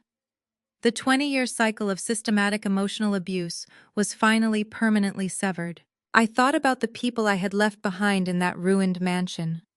Right at this very moment as the sun came up over the city, Marcus was sitting in a freezing concrete holding cell, stripped of his bespoke suit, and his unearned arrogance facing the terrifying reality of federal prison. Chloe was waking up to a nightmare of frozen bank accounts, her racist elite superiority complex entirely pulverized by the bankruptcy of her fraudulent father. Evelyn and Winston were likely sitting in a cheap roadside motel room, staring at the single $100 bill I had dropped at their feet, finally realizing that they had sacrificed their only loyal daughter at the altar of a golden child who had ultimately destroyed them. The generational curse was broken. The insidious racial microaggressions from the white in-laws, the gaslighting from my mother, the financial manipulation from my father, all of it had been completely eradicated. I had not just defeated them, I had surgically removed them from my reality. They were no longer a threat. They were just ghosts of a past I had successfully conquered. I took a sip of the hot coffee, letting the warmth spread through my chest as I shifted my gaze towards the southern edge of the city. Somewhere out there, nestled in the heart of the community, my parents had been so desperate to escape, lay a freshly cleared plot of dark earth. The rotting, debt-ridden house of my grandmother was gone, but the soil was ready for a completely new foundation. Next week, the heavy construction machinery would arrive. The groundbreaking ceremony would officially launch the creation of the Novatech STEM Academy. I could already see the blueprints coming to life in my mind. I saw the sleek modern architecture, the state-of-the-art robotics laboratories, the advanced coding centers, and the expansive lecture halls. But more importantly, I saw the students. I saw hundreds of brilliant, overlooked Black children walking through those glass doors. Kids who were currently being told by society, and sometimes even by their own families, that they were not smart enough, not disciplined enough, or simply not good enough to succeed. I was building a fortress for them. I was going to ensure that the next generation of Black innovators never had to experience the crippling isolation and poverty that I had endured. I had taken every single ounce of pain, humiliation, and rejection that my family had forced down my throat, and I had refined it into a weapon of mass elevation. I was using my trauma to forge an unbreakable path for the underdogs. My wealth was not just a tool for personal revenge. It was the catalyst for a massive generational shift in power. As the sun fully crested the horizon, casting a brilliant golden glow across the entire city, I rested my forearms against the cool glass railing. A profound sense of purpose washed over me, deeper and more powerful than anything I had ever felt before. If you are out there right now listening to this, I need you to hear me clearly. If you are the scapegoat of your family, if you are the one who is constantly belittled, compared, and pushed aside, listen to my voice. If you are a woman working 3 jobs just to keep the lights on, while the people who are supposed to love you mock your dreams, do not let their poison infect your spirit. They want you to react. They want you to scream, to cry, and to beg for their validation, because your emotional breakdown proves that they still have power over you. Do not give them that satisfaction. Stop asking for a seat at a table where they are serving you poison. Stop trying to prove your worth to people who are committed to misunderstanding you. Instead, you must move in absolute terrifying silence. Channel every single drop of your anger, your grief, and your frustration into your personal development. Educate yourself. Build your skills. Protect your peace. Secure your own financial independence because capital is the ultimate shield against abuse. Let them think you are failing. Let them gossip about you. Let them believe their own arrogant lies. You do not need to defend your journey to people who are walking in the wrong direction. You just need to keep grinding in the shadows until your success is so massive, so undeniable, and so blindingly bright that it completely incinerates their false reality. You hold the pen to your own story. You are the architect of your own empire. They spent my whole life trying to force me to sit on the floor. I didn't cry. I didn't beg for a chair. I just quietly bought the entire building and then I evicted them. The ultimate lesson here is that your value is never determined by people who actively belittle you.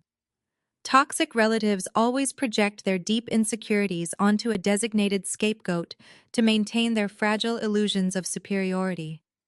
True power does not come from begging for a seat at a broken table.